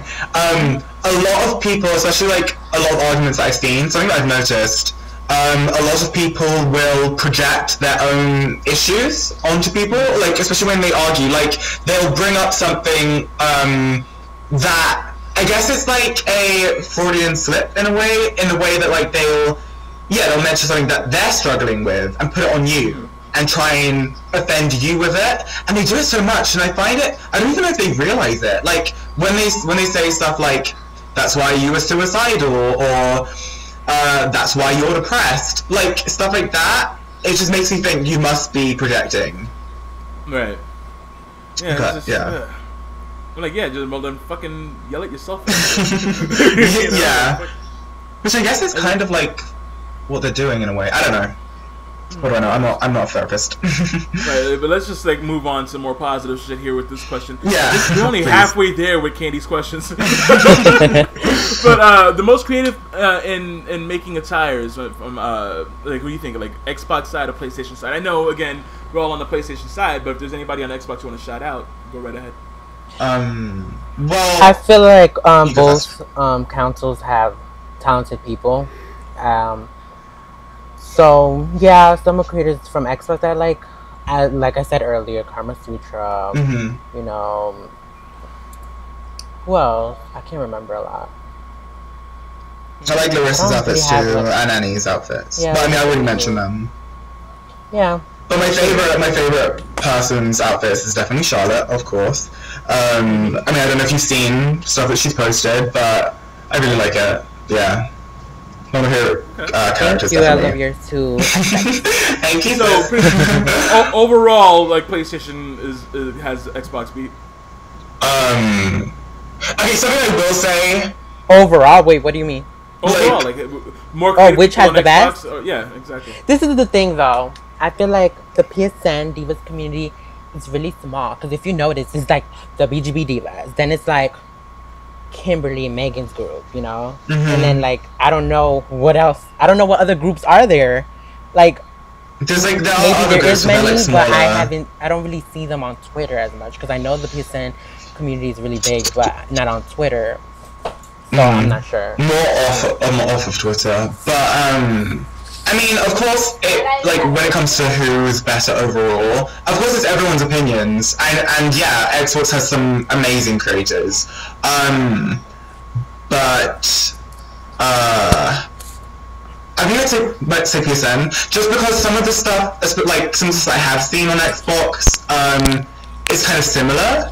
No, but I mean, of course, I'm not saying that in a way to offend anyone, because, you know, if that's what you like to do, then that's... Why should anyone else's opinion matter? But I just like what like the people on PSN, like, from what I see, like, I guess maybe it's just because I focus on them more. Like, I see more like unique and different stuff, and I like that. Yeah, you're the product of your own environment, so yeah, it's like you yeah. can't say, oh, people on the Wii U or the fucking Switch are way better and shit. It's like, you don't know. You're not exposed to it. But yeah. Just to know, yeah, I do notice the unique Xbox Divas too. Of course, there are some there. It's just this is just where I am, I guess. Alright.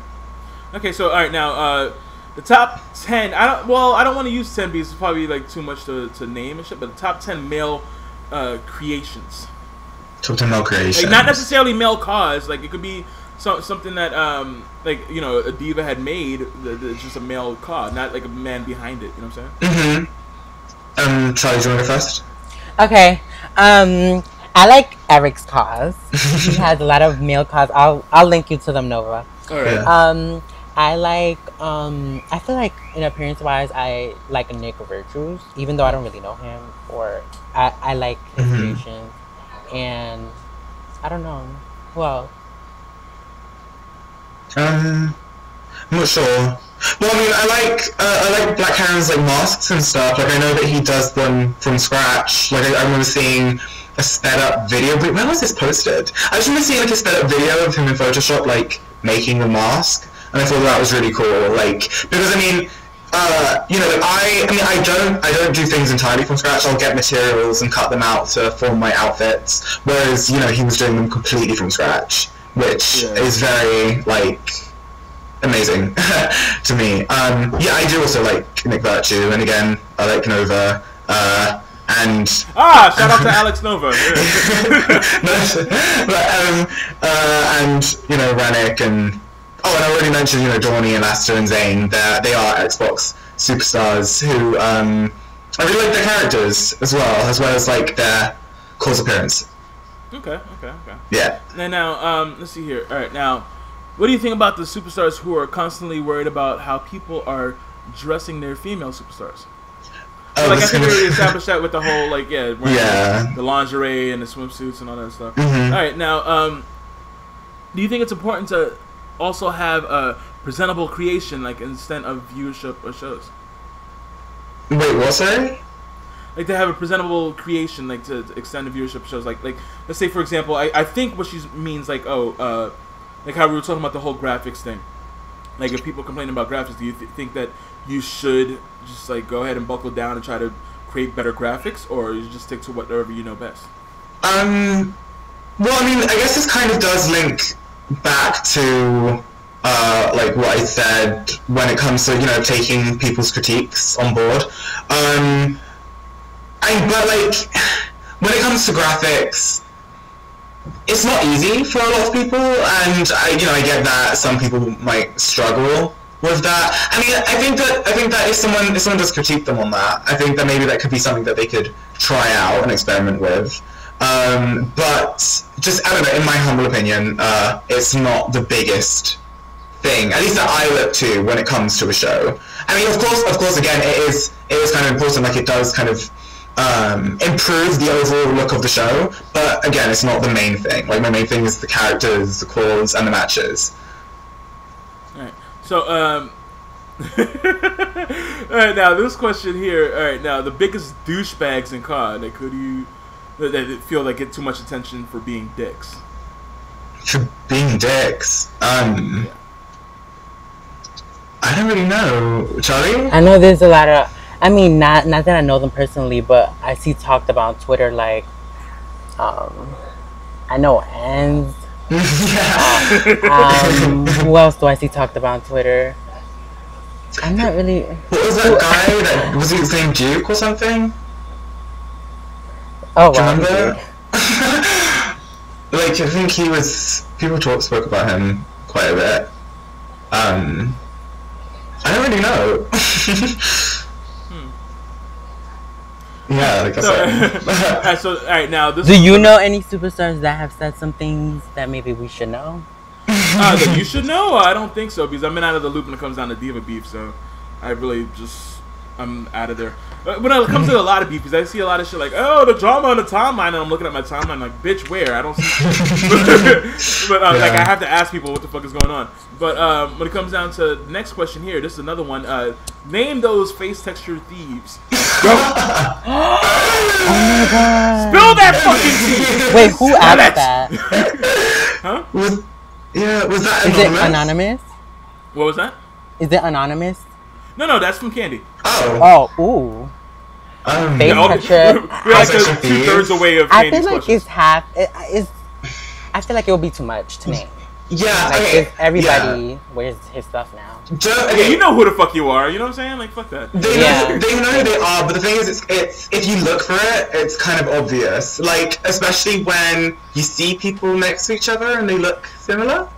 But I'm not going to name them. And it's not their gimmick to be twins or anything like that either. Yeah, and it's not their gimmick to be twins, but they look related. Like, if you look at, like, I don't know, like, if they posted a poster, for example, and you can see multiple people who look the same, like, then there you have it.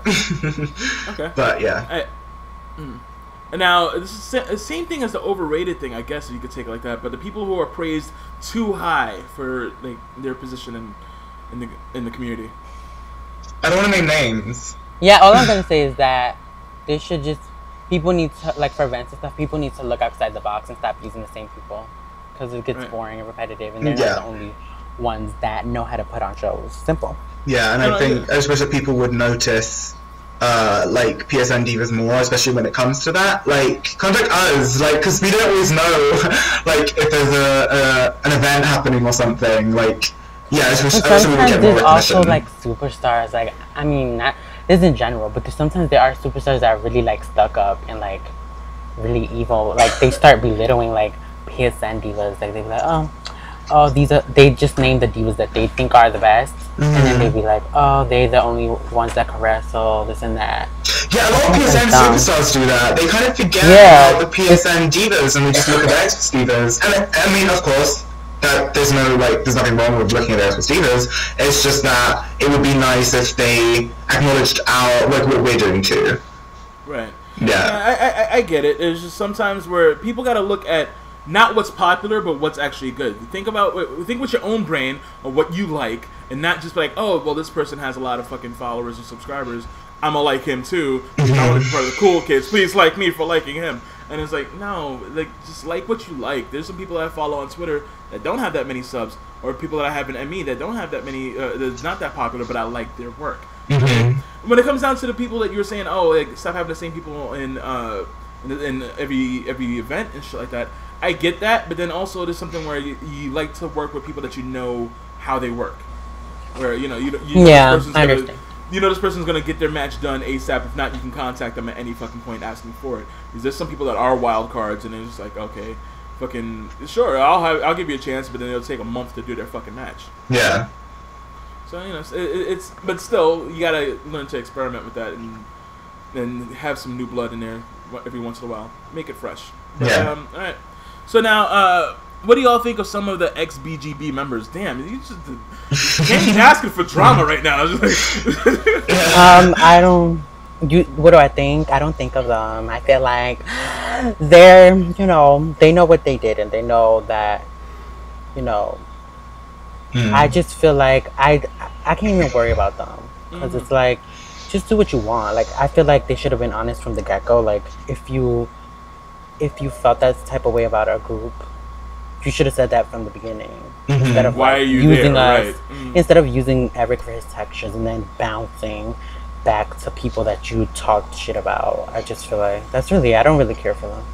Like, well, all I have to say is that I mean, they were former friends. It would have been nicer if things didn't end the way that they ended, but yeah, I mean, they know. Yeah, like Charlie said, they know what they did, and it's like, it's whatever now. Like, I don't pay attention to them. Most of them I've blocked, I think. So, most of them are not even out there anymore. I don't know where they are. Yeah, in the community, what are you doing? Nothing. Yeah. Have fun in oblivion, right? Alright, so now, do you think the real reason why a lot of people's creations are starting to look the same because many people just simply like creation this year? Well, again, a lot of that means like a lot of people still like textures and shit like that. So yeah, of course they look the same. Yeah. So we want to move on to the next question? Yeah. Yeah. All right. Be honest. There are some fugly fuckers in the community who think they're cute and who think they're cute. And their friends hype them way too much, huh? Like, do you agree with that statement? Yeah, there's many. Yeah. Names, like, I saw recently, like, there was this girl, like, just wearing a net over her face and, like, what? And, like, and it's random, too. It was, like, nasty face marks. And it's like, okay, I'm not trying to be mean. But it's true, like, and then they have their friends, like, under the comments, like, yes, queen. Yeah.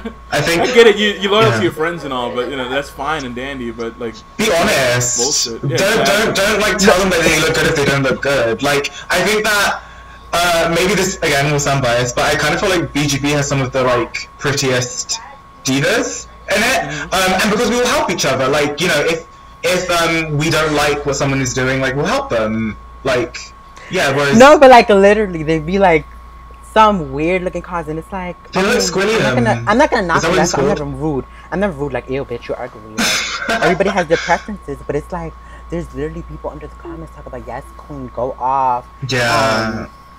We're shook, and it's like, okay, that's fine. That's your opinion. Everybody has their preferences, but like at least tell them that the outfits are not connecting. At least tell them that the makeup is too harsh, or the makeup is too harsh. Because the contour, the face is over contoured. Yeah, you want to support them publicly, but at least privately tell them, hey, step your game up. Some shit. Yeah, like at least, like, that's your friend. Why are you like? Why are you letting me look like that? You're not gonna tell her that her eye is drooping. You're not gonna tell her that her contour is too heavy. Or that her eyebrows are triangles. That's like a BGB. We're honest, and we're all friends, and we're close to each other, so we don't like take offense to our like criticism. We'd be like, no, you need to fix that, girl. Like, we'd be like this and that. But I feel like some people in this community don't. They just like go with the flow. They'd be like, oh, that's cute, slay queen. Like, just be honest. Alright, so let's see here. Do you think the ass kissing in this community has gotten out of hand? Yes. Yeah, I feel like if there wasn't like many, we would probably this community would probably be even more united if there wasn't a lot of them. Like, I get it. Some people can't take criticism, no matter how constructive it is. Or like, there's some times where people tell me, "Oh, I don't like this, I don't like that." I may feel a little bit slighted by it. But then again, I aim to please, so I'm like, "Okay, good. Thank you for telling me." So now I'm gonna take that under advisement. So like, at the end of the day, yeah, I will respect you more if you tell me if I'm fucking up at certain parts. But, you know, then again, I also like people telling me that I'm doing everything great. So, but, you know, you're never gonna get to that point unless you know, fucking alter the way you're doing things. You know, you always gotta constantly evolve in order to become the better you. Yeah. So, right. So now, do you think that some people want to start immediately from the top and never wanting to put any actual work in? Now, this is where something I want to put my 2 cents in. Now, there's some people that just started off in this community. I'm not gonna name any names because it's too many to fucking name. But where they feel like, oh, I'm gonna go talk about the big dog real fucking quick, and talk shit about them, even though I have nothing to show for my work. Now, people think that CAW is actually like WWE, where if you want to be in a main event, you go and attack the champion, and then you're automatically booked into the whole program with that champion. No, It's not like that. Fucking, I'm not saying for you to pay your dues or any of that bullshit, because again, we're all just people sitting in front of our monitors playing fucking video games and editing matches. It's nothing special that I do that anybody else does. It's just that the opportunities I was given, and I was very fucking lucky. Yeah. And to a certain extent, it's not like I'm making money off of it anyway, so I don't even want to say lucky, but I was fortunate. So, you know, a lot of people think that, oh yeah, I just started in, let me go and get into a program with BH or Two Twisted Merc or fucking Maxwell Verdi or whatever, and think that they're automatically going to be the shit. No, you got to go through the proper channels, man. Do what you do best, and people will recognize you for it, and then want you to fucking work with those people. That's how I did it, and that's how everybody else should do it. Yeah, I do think I've definitely noticed some people trying to just immediately get to the top. And, like, I have actually noticed some people who have, like, just joined, and suddenly, I don't know, they're getting, like, a lot of attention. I don't know, I just feel like when I first joined, I got, like, no attention. But then there are, like, other people I don't even know. I don't really know. I mean, I don't really know them personally, so I can't, like, comment. It's like, it's just interesting to me. Who you hang out with, because it's like... Yeah, maybe that probably is it's a friend group. Like, if it's a big friend group, or, like, someone's popular at the time, if you're cool with them, then you'll be loved by everyone around them. If you kiss us, you get everything. Flattery will get you everywhere in this community. I don't believe that, because there are some people, like, for example, right, there are some people that will kiss my ass, and I see past that shit. I'm like, okay, I know what the fuck you're trying to do, and I'm not going to go and chastise them, condemn them, or anything like that for it, but it will fall on deaf ears, because if you're just constantly saying, oh, you're the best, you're the best, you're the best, you may mean it, but if you're saying it too many fucking times, where like, oh, I heard you the first time, and you're gonna keep on fucking saying it over and over again. I'm just gonna be like, all right, whatever, man. And but that's you at the end of the day. Like, that's your character. You don't fall for that. And there's some people who take advantage of that. They're like, oh, you look up to me. Oh, you're trying. In the diva side, definitely. Yeah, in the diva side, people take advantage of it. Like, they they love it. Okay, and then all the little minions start like. Yeah, they become like a minion. Following them, or like a follower. Yeah. Like, not just to kiss us. They become a servant, I guess. Right.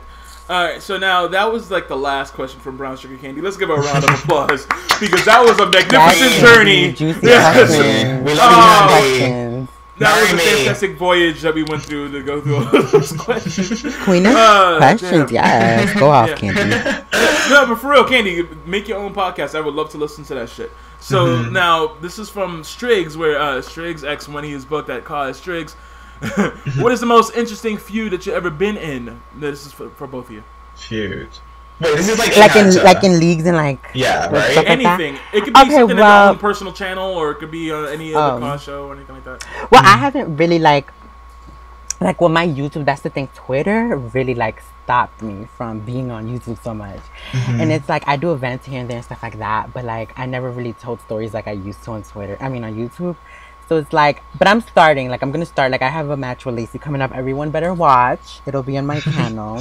It was supposed to be for an event, but it's not able to happen anymore. So I'm just gonna upload it from my channel. So everybody better be on the lookout. Yeah. Alright. Wait, what was I gonna say? Wait, what was the question again? Feud. Oh, feud. Yeah, like, sorry. I got distracted. Yeah, like, I feel like Lacie hasn't really been in feuds, but I have really enjoyed the matches that she's done with Charlotte, which started last year in Diva Mania, and then we had like more matches and stuff, and I really like how they all came out, including the one that's coming up. I will say that you will see Lacie in not in her typical attire for the match, but yeah, like I'm excited for that. And well, I mean, this isn't really like a feud, but I don't know if you watch BGB, but I've been able to show Lacey's whole like gold digger hoary side by yeah, because she married the owner of BGB in a segment, just so that like I could show. Oh yeah, we had there was a marriage on BGB. A marriage segment, yeah. How unique! Yeah, I'll have to watch it. Like really. Yeah, I definitely got to check that out now because I love seeing like marriages in wrestling. So see how that turns out and shit. Yeah. But, all right, now the next question is from Juliet Bellissimo. I love that name. The Ultra Diva. Questions for both ladies. What is your favorite moment of your careers? Favorite moment. Besides being on the 525 Live podcast. Well, Charlie, you want to go first? Favorite moment. I've had probably like two. Like I had a match with Lacie like in an episode, and it was like really big. It was for the champion. I think it was really good. Like the ladder match. Like it was a ladder match, and it was really good. But of course, people are not gonna talk about it because it's BGB. But everybody needs to check that out. And I also think last year when everybody was cool and stuff, like it was me and my tag partner Layla versus Heather and Lacie, and it was like Diva Mania. It was like a community event. Yeah. And I think that was a really great match, and it was really fun. Okay. I like that match too. Mine would probably be probably the ladder match too. And I'd probably also say just in December to Remember, not this one, but the one before, the first one that BGB had, where Lacie won the title. I really liked that, even though that whole episode is very different to any other episodes in terms of like the style and like the logo as well. It was a lot more like I can't remember the word, but anyway, I liked it, and it was a big stepping stone for my character. So yeah. Okay. All right, now this one's from Brooklyn at Live in Brooklyn XO. Okay. Now, this is for both of you. Now, how do you deal with so much drama? Like, how do you deal with it? How do you wake up at night? In the morning. Oh, unless you're a vampire. Yeah, how do you wake up at night? Yeah. Well, on my end, I deal with it when I want to deal with it. Like, if I see someone talking shit, And if I don't feel like replying, I'm not going to reply. I don't think it's that serious. But if it's Right. like, if I need to get something off my chest, then I will. I feel like if you really take it like drama seriously in this community, or if you really are stressing out over drama, then you shouldn't be here. Because like me, like I don't really let anything get to me, because I know at the end of the day people are going to continue to talk about me. And I feel like this community kind of prepares you for real life too, because you know people can be the same way that they're online offline. Not everybody, but there can be situations where you have to deal with haters in real life. Yeah. And yeah. Yeah, I feel like in the past I probably handled it kind of badly. Not badly in the way that it affected me on like a deep level, because it didn't. It's more that people would say things and I was like, if you try me, then I will respond with like the same magnitude, I guess. So like, yeah, I definitely said some things that I shouldn't have, but I don't really take it that seriously. I mean, you know, lots of like bad stuff has been said. It doesn't really affect me like that much. You know, I can still wake up in the morning and sleep at night.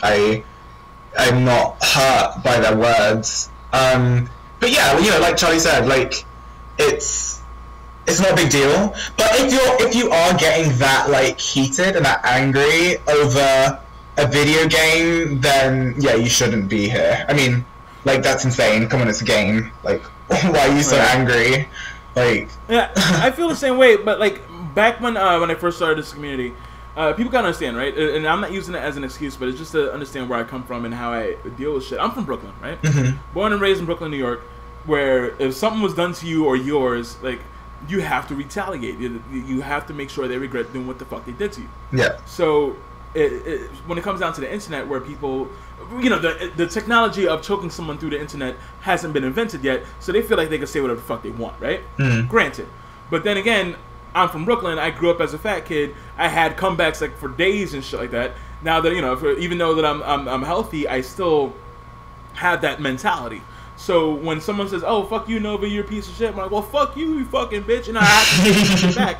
But, you know, this is back when I was by myself, but now that I live with my little sister here, I gotta be more restrained, and I think I'm better for it because of the fact that now when someone talks shit, I can just be like, "Hey, fuck you, block," and that's it. Yeah. And just go about the rest of my fucking life with no fucking problem. I'll go to sleep at night or in the morning and wake up at night, like I said before, and just live happy because, you know, fuck them. If they want to talk shit to themselves, because I'm not gonna be around to hear it.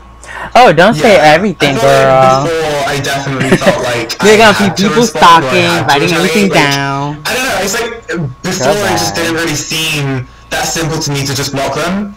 I don't really get why. I mean, of course now I've blocked those people because it's like, I don't care about these people. Why am I giving them any attention? So exactly. So like I've been avoiding arguments a lot recently. Of course, people still try. The same people, I must say, but yeah, I mean, I'm over it. I don't really care. So yeah. All right, now this one's for Lacie. How do you make the textures like a step-by-step thing? Step by step. Okay. I'll try and explain it briefly so that I'm not going on for ages. I start by finding a picture of a model. If I'm making it for myself, I'll use Candice Waterpole. She is who Lacey's kind of based on in terms of her appearance. Whereas if it's for a friend, they'll give me a model and I'll search for them. I'll save the picture, make it symmetrical, like erase like the edges. And then I start...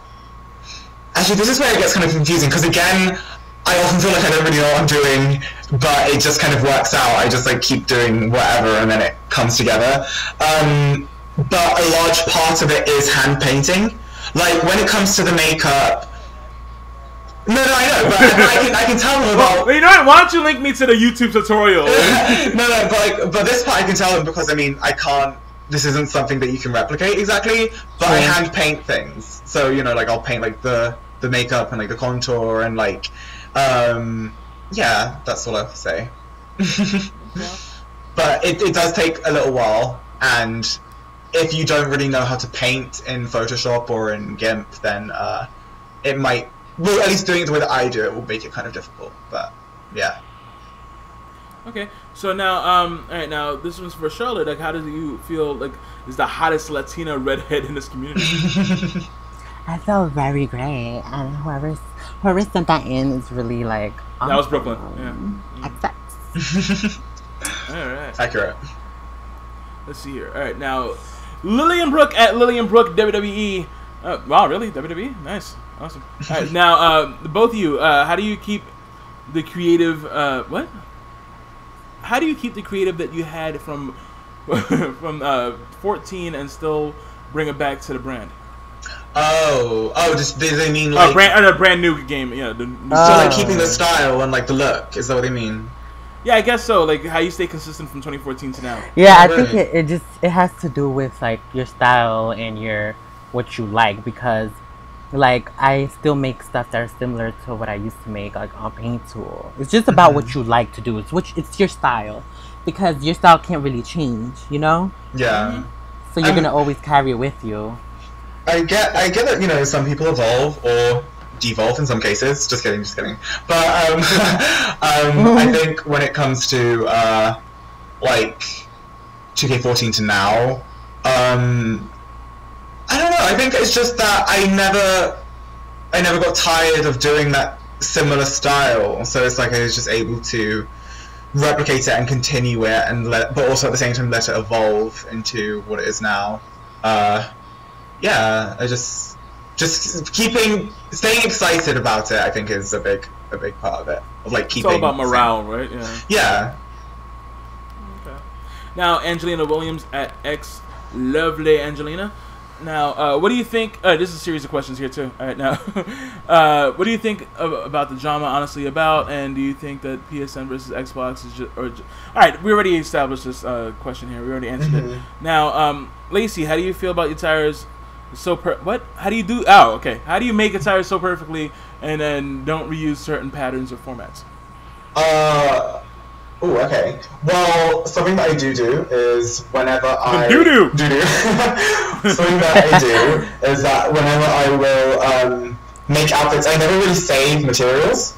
So I like when I'm making an outfit, I'll actively look for whatever kind of materials I'm looking for. So like, let's say I want to make something purple, I might Google purple silk, and then I'll use like an image for that outfit, but I won't save it. So it's like the next time I want to make a purple outfit, if I do Google the same like keywords, I won't end up using the same pattern. I mean, I never really thought about it as like making them different, but I guess that's probably why I never use the same. You make some of your patterns too. Oh yeah. I put some of them together, like my fashionably late December to Remember episode of BGB. My outfit in that I put together myself. Like, well, at least the pattern I did, which is quite fun to do. But yeah. All right.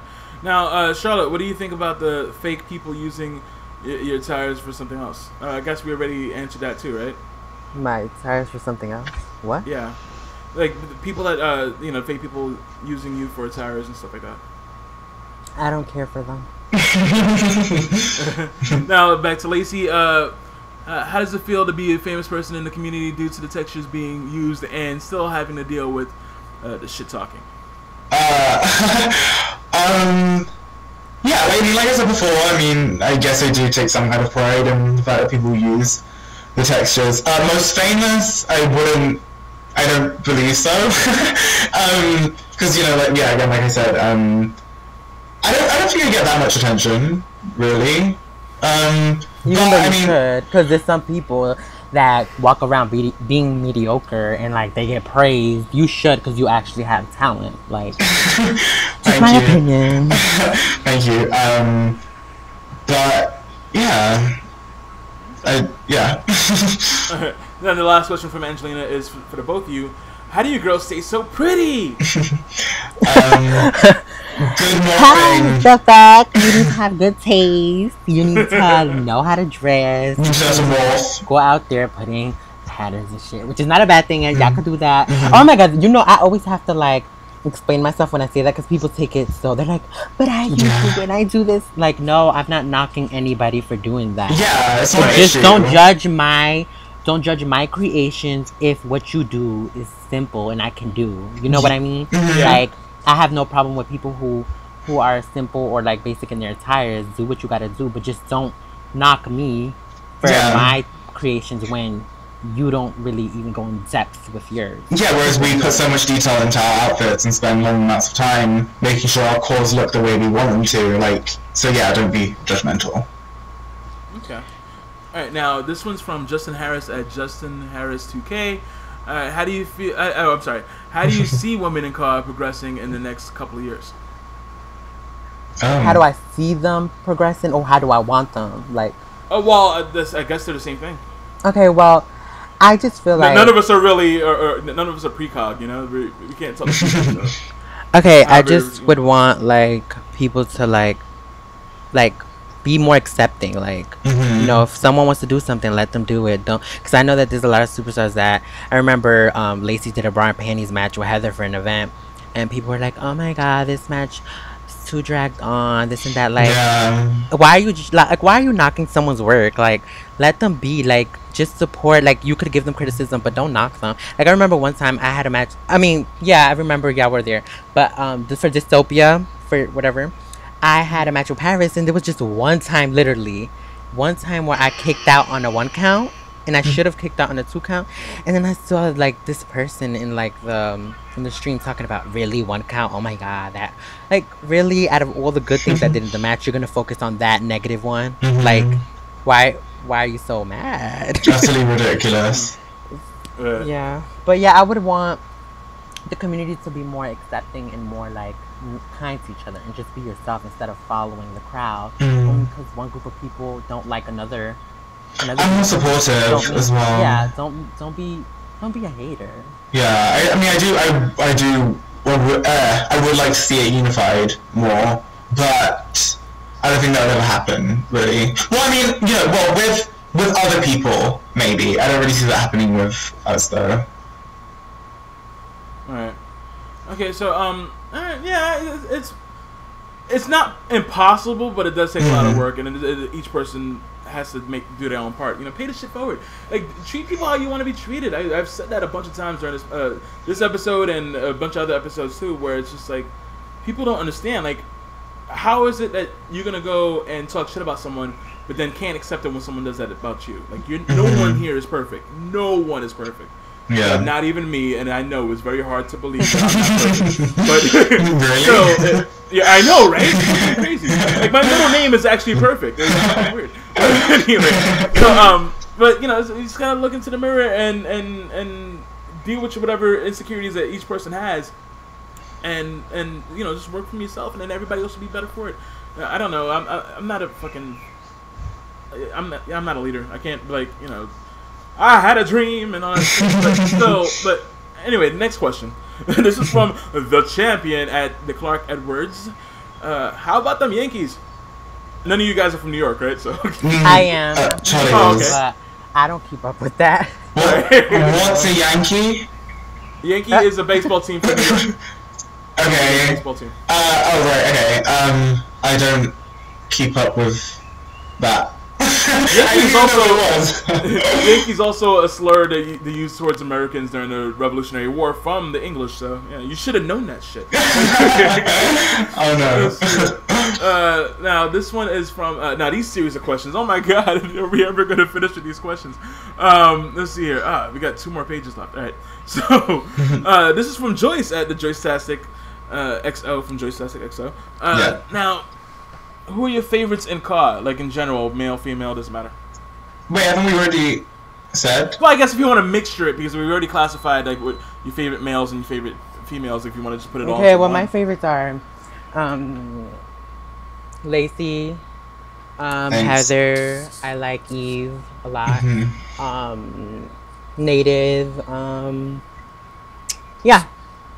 Okay. Yeah. You feel the same way? Well, yeah, mine's pretty much the same. I mean, changed Lacey for Charlotte, and Black Heron, yeah, and Genova. Hey, okay. And, what do you guys have in store for the future? Any future plans? Any future announcements you want to make? Well, we'll be having new episodes for BGB. So if you're not like into BGB, get into it because we're still on, but we work hard. So everybody needs to get on that, please. Yes. And we have, for my channel, I'm releasing a match with Lacie, and we worked hard on it, so we want everybody to see. Also, we're in an event called Arcadia 2. I mentioned earlier. Right. It'll be a 2 versus 2, me and Rashida versus Heather and Lacie. Yes. And if you haven't watched my Dystopia 2 match, everyone should watch. It was really good. Yes, it was. Right. So now, okay, of course, next question is creative 2K14 or 17. That's already been answered. Lacie, how do you stay so young and honestly beautiful? I would say genes, right? Like genetics. That, but also and she is Botox. Yeah, she is filled with plastic. I actually made a list of all of the surgical procedures that she's had because she's supposed to be. Yeah, actually, on this topic, something that I've noticed in the community is that a lot of people try to be perfect. Like this was like these naturally perfect women, and I never liked that because I never wanted Lacie to be perfect. I mean, I wanted her to be sexy, but not perfect. So I came up with this thing for her. So basically, she's had so many plastic surgery procedures that it's kind of become like a bit of a running joke between some of our friends. Okay. Yeah, a lot of silicone. That's pretty interesting, though. Yeah, it's very unique too, because I don't really hear of anybody else like, you know, part of their gimmick is that they had so many plastic surgeries, trying to look perfect. And shit. Yeah, so I even tried to make her like her face look kind of plastic as well because of all the procedures that she's had. So what was that? What was the original face? Was it like Fiona from Shrek and shit? She was just like a very normal, average person. She wasn't anything special. Like no one would have looked at her twice. You know, like she wasn't interesting in any way. But now she has like ridiculously large breasts and brat style lips and yeah, pretty much like a grown-up brat style, like pretty much, yeah. Okay. All right, now the next one is let's see here. Alright, now Charlotte, do you ever do more will you ever do more matches such as league shows, events, and previews? Alright, we already answered that, right? Now let's see here. How do you guys feel about the stupid shit and the female gamers in the community, such as myself and others? All right, we already established that. We're ready to tackle that subject. How do you guys feel about your characters? All positive, right? Yeah. Okay. So, like, our characters specifically, right? I guess so, yeah. Okay. Charlie, do you want to go first? Like... Well, I love my character a lot. I'm confident with her. Also, I would like to say, like, when people think of the killer doll, they be like, "Oh my god, Chucky!" But this is the thing. When I was younger, like I used to be obsessed with Chucky. Like I was scared of him, but I used to love watching him. Like it was just so. And like also, but Charlotte's kind of like, she's like me, her attitude wise. But I named her the killer doll just because she's redhead, and also because I see her as she's more of a face to me than a heel. I think she's a face, but like I named her the killer doll because she's beautiful and she seeks revenge when it's needed, if you know what I mean. Yeah. So yeah, that's really it. But she's known for her like red tinted hair and her golden eyes and her baby doll face. Like she looks like a baby doll. Yeah. But, okay, and this is the last question from Joyce. Is do you guys plan on doing more simming? Yes. Definitely. Yes. Like there's the thing. Like I always tweet like saying, "Oh my god, looks are just important as simming." And then people take that as, "Oh, I hate simming." No, I actually enjoy simming. I think it's really fun, especially when the matches go the way I want it to go. Yeah. Like, I feel like my recent matches are like my best simming matches. Like honestly, like my recent ones, and like my Dystopia, and I had a match at in a future I think it was a pay-per-view called Matter of Fate, and I have another one with Lacie coming out. But yeah, I think simming is really fun, and I think I'm really getting better at it. So, yeah, I'm happy. Yeah, and like it's just like before you said it's kind of hypocritical because I feel like a lot of the people at least on the Diva side, who was saying that, like, you know, it's only simming that matters. On 14, like, looks were so important, like, because of Paint Tool, like, that was a way to show off your creativity. But now that it's difficult, like, for some people it's difficult to use Photoshop and to use GIMP, they want to say simming is the most important. Yeah, and that appearance doesn't matter anymore. But that was all they cared about before. Exactly, like, before, like, from the beginning, like, it just used to be about looks, about how you create. And then now, all of a sudden, it's just about simming, because it's like when people find it hard to do, when they find something hard to do, they try to, like, sweep it under the rug, like it doesn't exist. Like, no, it's just, like, you need to... I'm not saying that you need to look your best. I mean, well, you do, but, like, I'm not saying you have to, like, put in way more effort than you do when you're simming, but at least try, like, try to make it seem, or they're trying to belittle others because they want to look good. Simple. Okay. Now this question is from Cody Hagen at Cody Hagen 2016, very outdated. But will you two ever go to FAM? Well, I want to. Like, I think it'll be. I think that would be really fun, and like it'll kind of show like the difference, like in like the appearances, because you know FAM is known for like, oh my god, wrestling. Like they're like, and I feel like it would be cool to see like another Lacie there. Like, you know, Lacie to be in it, because you know she's really sexual. I think that's something different. I think I would love to be in it, honestly. So, yeah, I think that Charlotte would definitely Charlotte would definitely be would make it like a nice addition to the roster. And I'd love to be in it too. I'd love to see Lacie do some whoring. Yeah, but yeah.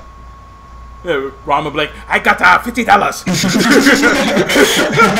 What do I do with $50? And this is from Insanity King at, I cannot pronounce your fucking shit. It's ASURASYIVANI. So Insanity King asks, but alright, number one, this is for Lacie. Will you marry him? I need to know his net worth first. Okay. Yes. That's the ultimate answer to anything. Yes. All right. Now, number two. I guess it's to both of you. Like, will you ever make a new Attire character for 2K18? Like, are you planning on continuing to 2K18? Yes. Okay. Yes, of course. Like, I mean, at first I'm like, should I? But like, it's always exciting to go into a new game, especially when your friends are around. And like I said this earlier, like I feel like I'm around this community because of my friends. Yeah, that's the reason. I feel like I wouldn't be here if it wasn't for me having friends, because there's so much negativity. This community is evil, and like a lot of people probably don't say that, but like I feel like it's really evil. They try to like bring you down, try to belittle you, but I feel like my friends, they helped me like stay strong and stay more. They inspired me to like basically stay, because we always have fun together when we're around each other. Yeah. Yeah, but like it's always a bit of a shock as well, like when you meet nice people in the community. I feel like it is a shock. Yeah, because it's like there's just been so much negativity, and then you know we met some people recently, like including Eve, who were just so nice, and like it was just nice to just be able to talk to people without there being like underlying tension or like negativity, and yeah, it's great. And the last question from the Sandy King: do you guys love each other? Yeah, of course, we love each other all the time. Right. So Charlotte, what's your net worth? No, in this relationship, I'm the sugar mama, so. Oh shit. So alright, now this is from Amon Drake, baby, at Amon Drake HF. So what came up with the idea of your cause? I guess we already established that with the whole Candice Michelle and everything like that. That you grew up watching. Alright, now let's see, what is your future and what we will see from Women of BGB? We kind of already established you guys are continuing to 2K18, right? And just doing bigger and better things, so like bigger and bigger. You need to subscribe. Yep. Yeah. Link me to your account so I can put it in the description and everything also. Okay. So now let's see here. William Parker at HF William Parker. Who do you want to be a part of in the BGB roster that isn't already? Like, who would you want to join that isn't already in it? I would want probably like more like probably like Eve. She would be amazing. Who else? I quite like Jessica Angel. Oh yeah, she's sweet. Yeah. Because usually we don't really be like, oh my god, we want her. Usually they come like asking us, so we're like, yes, like get in. Yeah. But so we never really like thought of that. But yeah, I think Eve would be really fun to work with. Yeah. So now this is from J Money Miracle. J Money Miracle. All right, Lacey, when did your obsession with Rom begin? Oh, yes, I want to hear this one. Actually, this is actually kind of a funny story. A little while ago, recently, we were on the FAM Discord in one of like the public chats, and then we had like this funny little dating show, I guess. Oh yeah, it was so funny. We were all on mic and we were all talking. And like I think Cameron Bash was in there. I don't really remember. Like it was a lot of people. Yeah. So then they were like asking us questions, like me, Charlie, and Alex, who's the creator of Heather. Not Alex Blackburn. But anyway, yeah. And it was a lot of fun. And then from there, we kind of started making this running joke that like we're all competing for his love. But yeah, yeah. Well, trust me, if you really want to get with him, just like give him like a bucket of chicken. Yeah. Fantastic.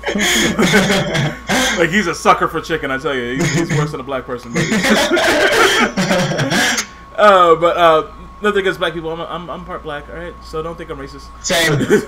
I'm mixed. You know what I'm saying? Come on. But anyway, let's say now this is from Heather, of course. Now, question 1 out of the series of 4 questions. How does it feel to be constantly shaded and targeted due to the hatred and jealousy of the people in this community feel towards you? I guess we already tackled that subject also. Yeah, kind of. All right. Number 2, do you two have any future plans for yourselves in BGB? Yeah, we already answered that. Now, number 3, if there's any other league that you want to be a part of, what would it be? Of course, we already mentioned FAM. But yes. FAM. Well, Valor, but I already... Yeah, Valor seems cool. Yeah. Okay. That'd be cool. And then the 4th one, who are your favorite women wrestlers in this community besides yourselves? I guess we already answered that one too. Right? Yeah. Okay. Now, these are from Anonymous here. Ooh. Now, all right. They better not be talking shit. We're gonna find out. All right. So now, these are 4 questions from Anonymous. Let's see here. Who are your least favorite divas in the community, or on Xbox, really? Least favorite. Least favorite. It could be creative reasons, not necessarily personal reasons. So, like, I don't want anybody to feel like, you know, you guys are intentionally fucking them over or anything like that. You just feel like maybe they need to step the game up a little bit more. Nothing really personal, just... I'll just say, because I don't want to name names, I'll just say the kinds of people who, like I said earlier, try and do sexy gimmicks without having any kind of explanation or reason for it, or like not having any kind of character development, but then they try and do something like that. And also, again, like I said, the people who try to be rich when they're supposed to be wrestlers, like, because it doesn't really make sense. But not just rich, like, you know, like you said with the guy from Hell, the demon, who is supposed to be a wrestler. Like, that kind of unrealism where it doesn't make sense for you to be a wrestler, I think that's when I become not interested. Okay. Yeah. I would just like to add, like, these questions make it seem like, you know, like, you know how they're really shady and like they try to like compare the 2 councils. I just want to make it clear that I don't have an issue. I'm not about that Xbox versus PSN thing, and I never categorized anybody. Like, they did that with us. People would do that to us, but I was never the type to categorize, because, like I said earlier, there's nice people on Xbox and there's nice people on PSN. Yeah. So I mean, and like at this point, it's been a year. Like, I don't really get why. Like, some people just love to argue, because, I mean, yeah, it's been a year, don't we get tired? Like, how can you keep arguing about the same thing for a year? Like, over a year now, actually. Like, it's ridiculous. Okay. Alright, now, of course, the second question from Anonymous, I think it's already been answered. Is there anyone that you feel that's overrated? I think we already... Yeah. Right. Now, number 3, how do you deal with the racism that comes your way, or the friends, anybody that's racist towards your friends or anything like that? How do you guys deal with it? How do we deal with it? Well, On my end, sometimes I speak up because I feel like some people ignore it, which is a great thing to do. But I feel like sometimes it needs to be heard, and people need to see what, like, because there's like people like that be in big leagues that say this stuff, and then like nobody notices, and it's like, you know, you could ignore it all you want, but I'm gonna make it known. Yeah, I'm going to bring it out, and that's it. Yeah, like I feel like so like I feel like if you're racist, especially like if you are supposed to be like a big like part like the owner of a big league or like a part of a big league, yeah, like you said, you know, I want people to see it because I feel like people must be seeing it. I mean, this stuff is public, like it's posted to the timeline. They must be seeing what these people are saying.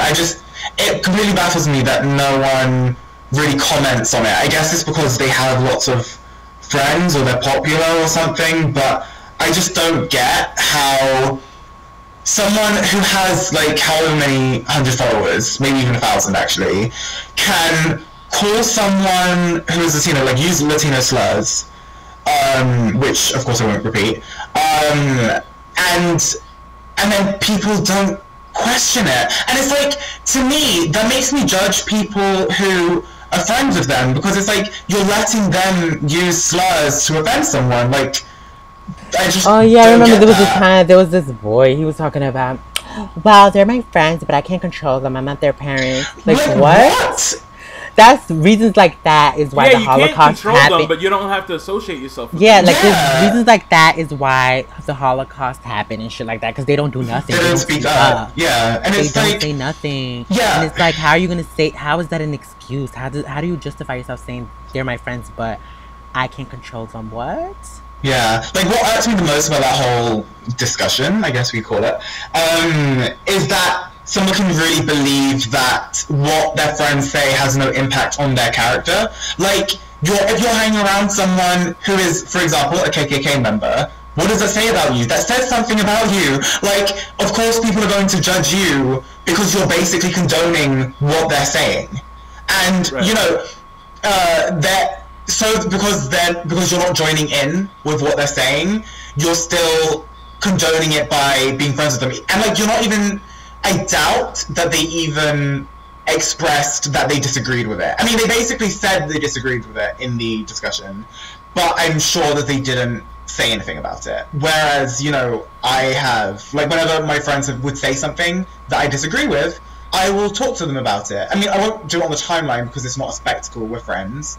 And they always take it to account because we're friends. They know that I'm not saying it to be mean to them. Like, I'm saying it because I care about them, because we're friends, and yeah, they always take it to account. And that's the thing, though, we rarely say anything like really. Honestly, the only insult I was probably be like, "Bitch, you're ugly," "Bitch, you're fat," like some stuff like that. And of course, like, but like, playful banter, but they be dragging it. Like, they be like, "Oh my god, you slit your wrist. Oh my god, you're fucking suicidal, bitch." And it's they're fucking evil. Like, this community's evil, and it's really creepy. But in response to that, I have said some like pretty low stuff. But again, it was in response. And if you take it there first, I don't think that's entirely on me. I mean, of course, it's still wrong. Two wrongs don't make a right. But they still brought it there first, so of course I'm going to retaliate. I mean, yeah, like you said, you know, we don't have to. But and now I wouldn't. But at the time, I did, and I don't regret that. There's also a thing where, like, you know, we're all human. Sometimes shit gets the best of us, and we say things we'll eventually regret and shit like that. But I think the fact that if there's a time where you notice that you fucked up, and then you own up to it, and then you admit to you fucking up, and you try to make it right, then sure, that makes you a good fucking person. But if you're gonna sit there and be like, "Oh no, I didn't say that," or "Oh well, I only said that because of this, da da da," and not fucking realize that you're what you said was horrible, that makes you a horrible person. So, like, if you're willing to own up to it and try to make it right, then you're still good at heart. Fuck it, you know what I'm saying? Yeah, and it's like, I do always do that, and with the stuff that I have said to the people that I have issues with now, you know, I would take that back, but at the moment I have no reason to, because they continue saying the stuff that they're saying, and I'm not going to let you post pictures of my family or make a fake account to stalk me and attack me on without saying something back, basically. Oh my god, not to mention, like, I was like arguing with somebody. I remember it was like a few months ago, and then they came up with my Facebook photos and all of this. Like they found like half of my friends' Facebook stuff. They're really creepy. Like this community is really stalking our Instagram as well. Like, stalking our Instagram. They're looking at my stories. It? How did you find my stuff, you weirdo? And when someone, because I do have an out character YouTube, I'm sure that everyone knows by now. Someone actually went on my YouTube channel, must have viewed the page source so that they could get the thumbnail, saved the thumbnail, then posted it. Like, that is so much effort just to post a picture of me. Like, that's what I was gonna say. I'm like, there's people, again, like, I don't hate anybody in the community, but there are people that I really dislike. That I really, really dislike. That I have a problem with. There's certain things that they do I just don't get. But if it gets to beyond the point of tweeting about it, like the 140 characters, then if it gets beyond that, then you really have a fucking problem. Because why the fuck are you gonna go and dedicate the time to find a person's Facebook or to find a person's out of character account and try to take pictures and all sort of fucking shit and spread it like or via tweet or make a fucking 3-hour long fucking rant or some shit like that? To go through all that trouble dedicated to a person that you hate is really not healthy. If you don't like the person, erase yourself from that person's life or erase them from your life or whatever. Fucking make yourself feel better. Don't fucking add on bullshit from this person and continue to having this person in your fucking life. It's not healthy. Like, fucking deal with it in a different way. Like, why do we want to continue looking at pictures of people that you dislike? Who the fuck would want to do that? Like, I don't want to do that shit. I'm pretty sure you two don't want to do that shit. Like, no, who the fuck would want to be like, oh, I don't like this nigga, so I'm gonna go search his fucking mom and his little sister and their fucking cousins and shit. Like, why? Why? It's fucking dumb. And then the post pictures of people's families, people that have nothing to do with the fucking situation, makes you look like a fucking idiot. I'm sorry, again, if you're a fan of me and you don't like what I'm saying, please look at the shit that you're fucking doing, because it's really fucking wrong. If people have nothing to do with the fucking situation, why involve them? Why talk about someone's fucking grandmother or some fucking shit if they have nothing to do with the situation? Like, I remember I got into some shit back in 2012, and because some troll, and I fucking when I deal with trolls, they don't fucking like it, even though they started shit, whatever the fuck, right? Yeah. And then they went and found my MySpace, not my MySpace, what the fuck? Found my Facebook, and it was the Facebook picture I have is a picture of me with my mom, right? Now my mom had passed, not at the time, but she passed later on. But I'm sorry. No, it's fine. But no, it's not fine. But I've dealt with the thing. Yeah. But so this asshole posted a picture of me with my mom, and he was talking all this shit about me, and I'm like, motherfuckers, thank God he never said anything about her, because that nigga would have been dead right now. Guaranteed. Honestly, I'm gonna say this right now on the fucking internet. Trust me, if I want you dead, you'd be fucking dead. Just take it that way.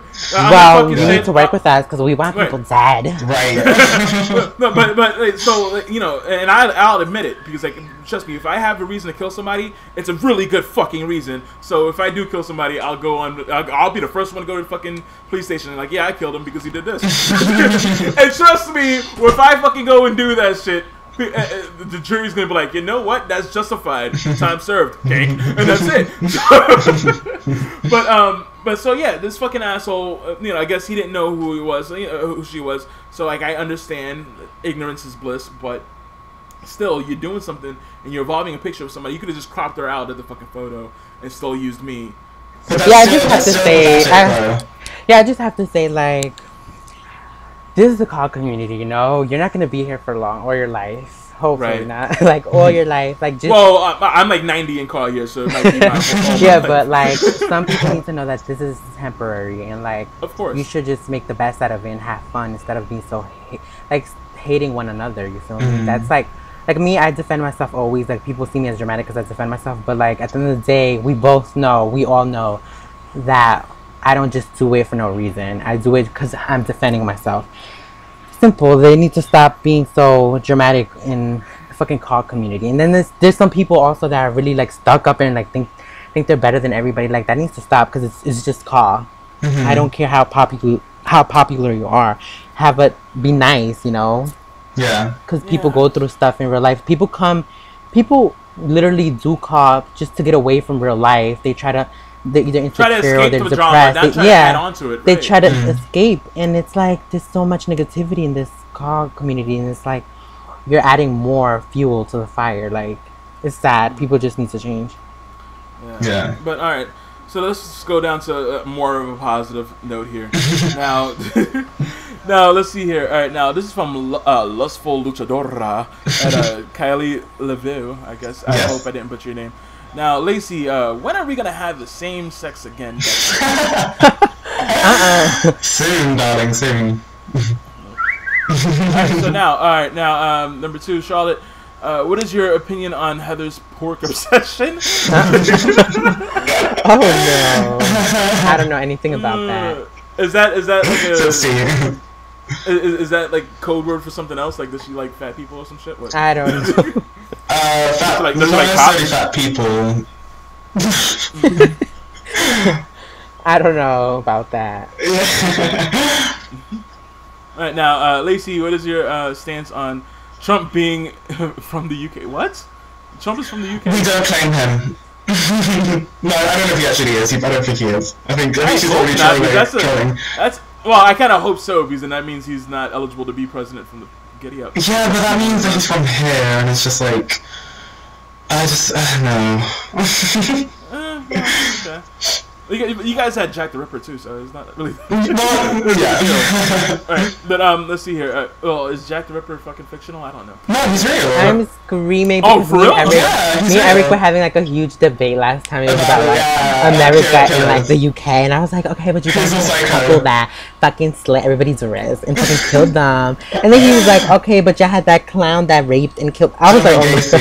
Yeah, and Jeffrey Dahmer. Right, yeah. It fucking shrugs his uncle and shit. But alright, so now what was it? Alright, yeah. Now Charlotte, what do you think of the term "build that wall"? I feel like that's ignorant because people have families that are not. I mean, I'm Hispanic, so that's why you probably asked me that. But I'm from Mexican, here. or? No, I was born here. Okay. So. No, I'm but Mexican. My Mexican parents heritage? and me, I'm from Salvador, but I was born and raised in New York. Mm-hmm. Hello. But something that I do want to quickly say though about that whole thing, I don't get why people even like support that. I mean, okay, well, one, it's more metaphorical than it would actually have any impact, because I mean, it's like saying we don't want Mexicans in our country, and also most immigrants don't like travel like across the land. And the wall's not going to stop them. They fly by plane, most of them, right? Or something like that. So it's like a wall's not going to stop them. Yeah, pretty much. You guys kind of have like a similar situation too, like with the Muslims and stuff like that, right? In England. Yeah. Because of some of the like attacks, I guess, that happened recently, people have become quite hostile toward Muslims, which is so unfair. I mean, you know, like, let's hope there's no cause named Manchester, so we can like pray for Manchester or some bullshit like that. You know what I'm saying? Yeah, but, like they did to Paris. Right, exactly. Oh yeah, that was really messed up. But yeah, I wish that would stop. You know, the hate. So now, who's your favorite female car? Okay, we already said that. Besides Heather, Charlotte, or Layla. Oh, I do like Kylie too. FYI. Alright, Kylie. Alright. Who has the most unique diva gimmick and car? Most unique? Oh. Well... Ooh.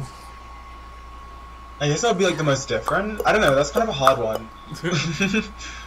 to say. I don't know. I get to think of it on the spot, I don't know. What about you, Chubby?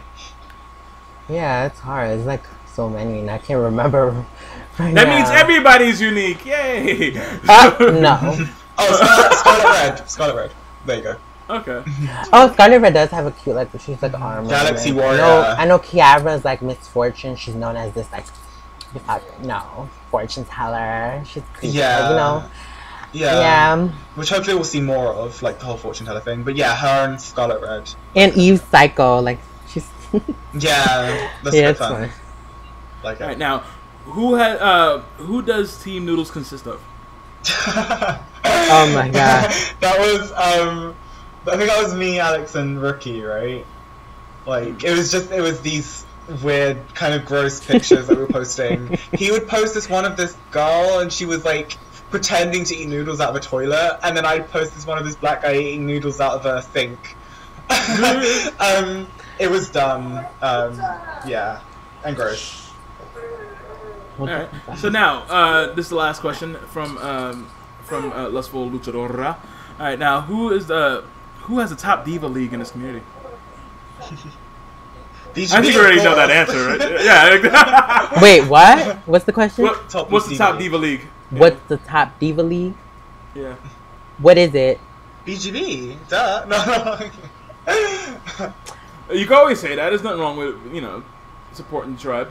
What's the top diva league? What other diva leagues are there? Like, I know there's a lot, but there's many.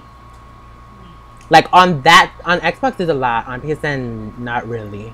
Yeah. I feel like BGB is the only like all diva league on PSN. That at least that people kind of know about. Yeah. Yeah. Right. Now these last set of questions are from Andrews Mars at Lex Venom 04. Okay, yeah. All right. So, all right. Out of all the women and men in this community, who would you like to have a match with and why? So let's say like in a perfect world where you can have intergender matches and shit like that. Mm-hmm. Who would you want to face? This would be quite interesting. Ooh. Well, I mean, I would love to have a match against Eve. But if I could fight a superstar, I mean, okay. Well, I mean, it would be interesting to fight Prophet, who is Lacey's current husband. Just to I don't know, it could be like something interesting story-wise, maybe.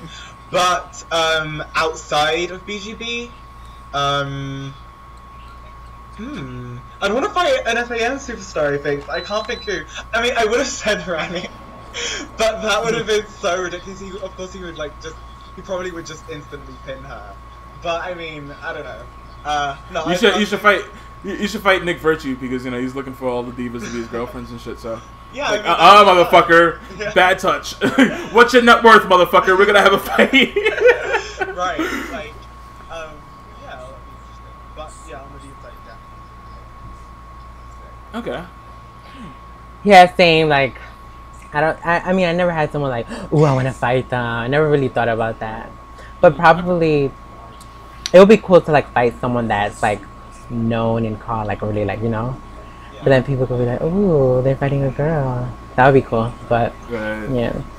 Now, all right. Now the last question ever from Andrew Mars. Now, how do you think a woman can outshine the male cause as the community honestly focuses on the men? Like, how do you feel like what do you think the women could do to outshine the men in this community? I think that's what he's trying to ask.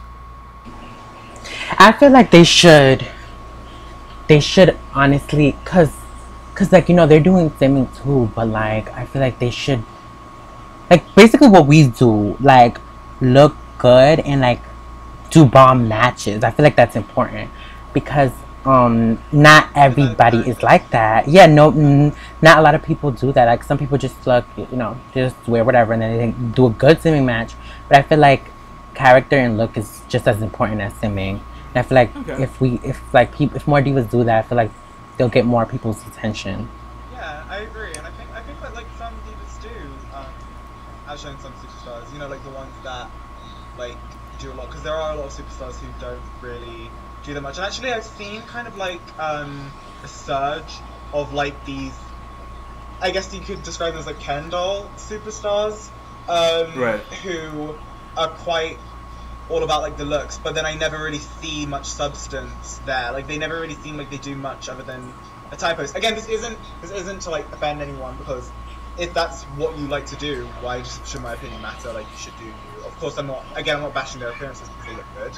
I'm just saying that it doesn't seem like there's a lot there, like not much substance, and there's not much character, and yeah, and also it seems like they're not really doing very much. I don't really see what the point is, but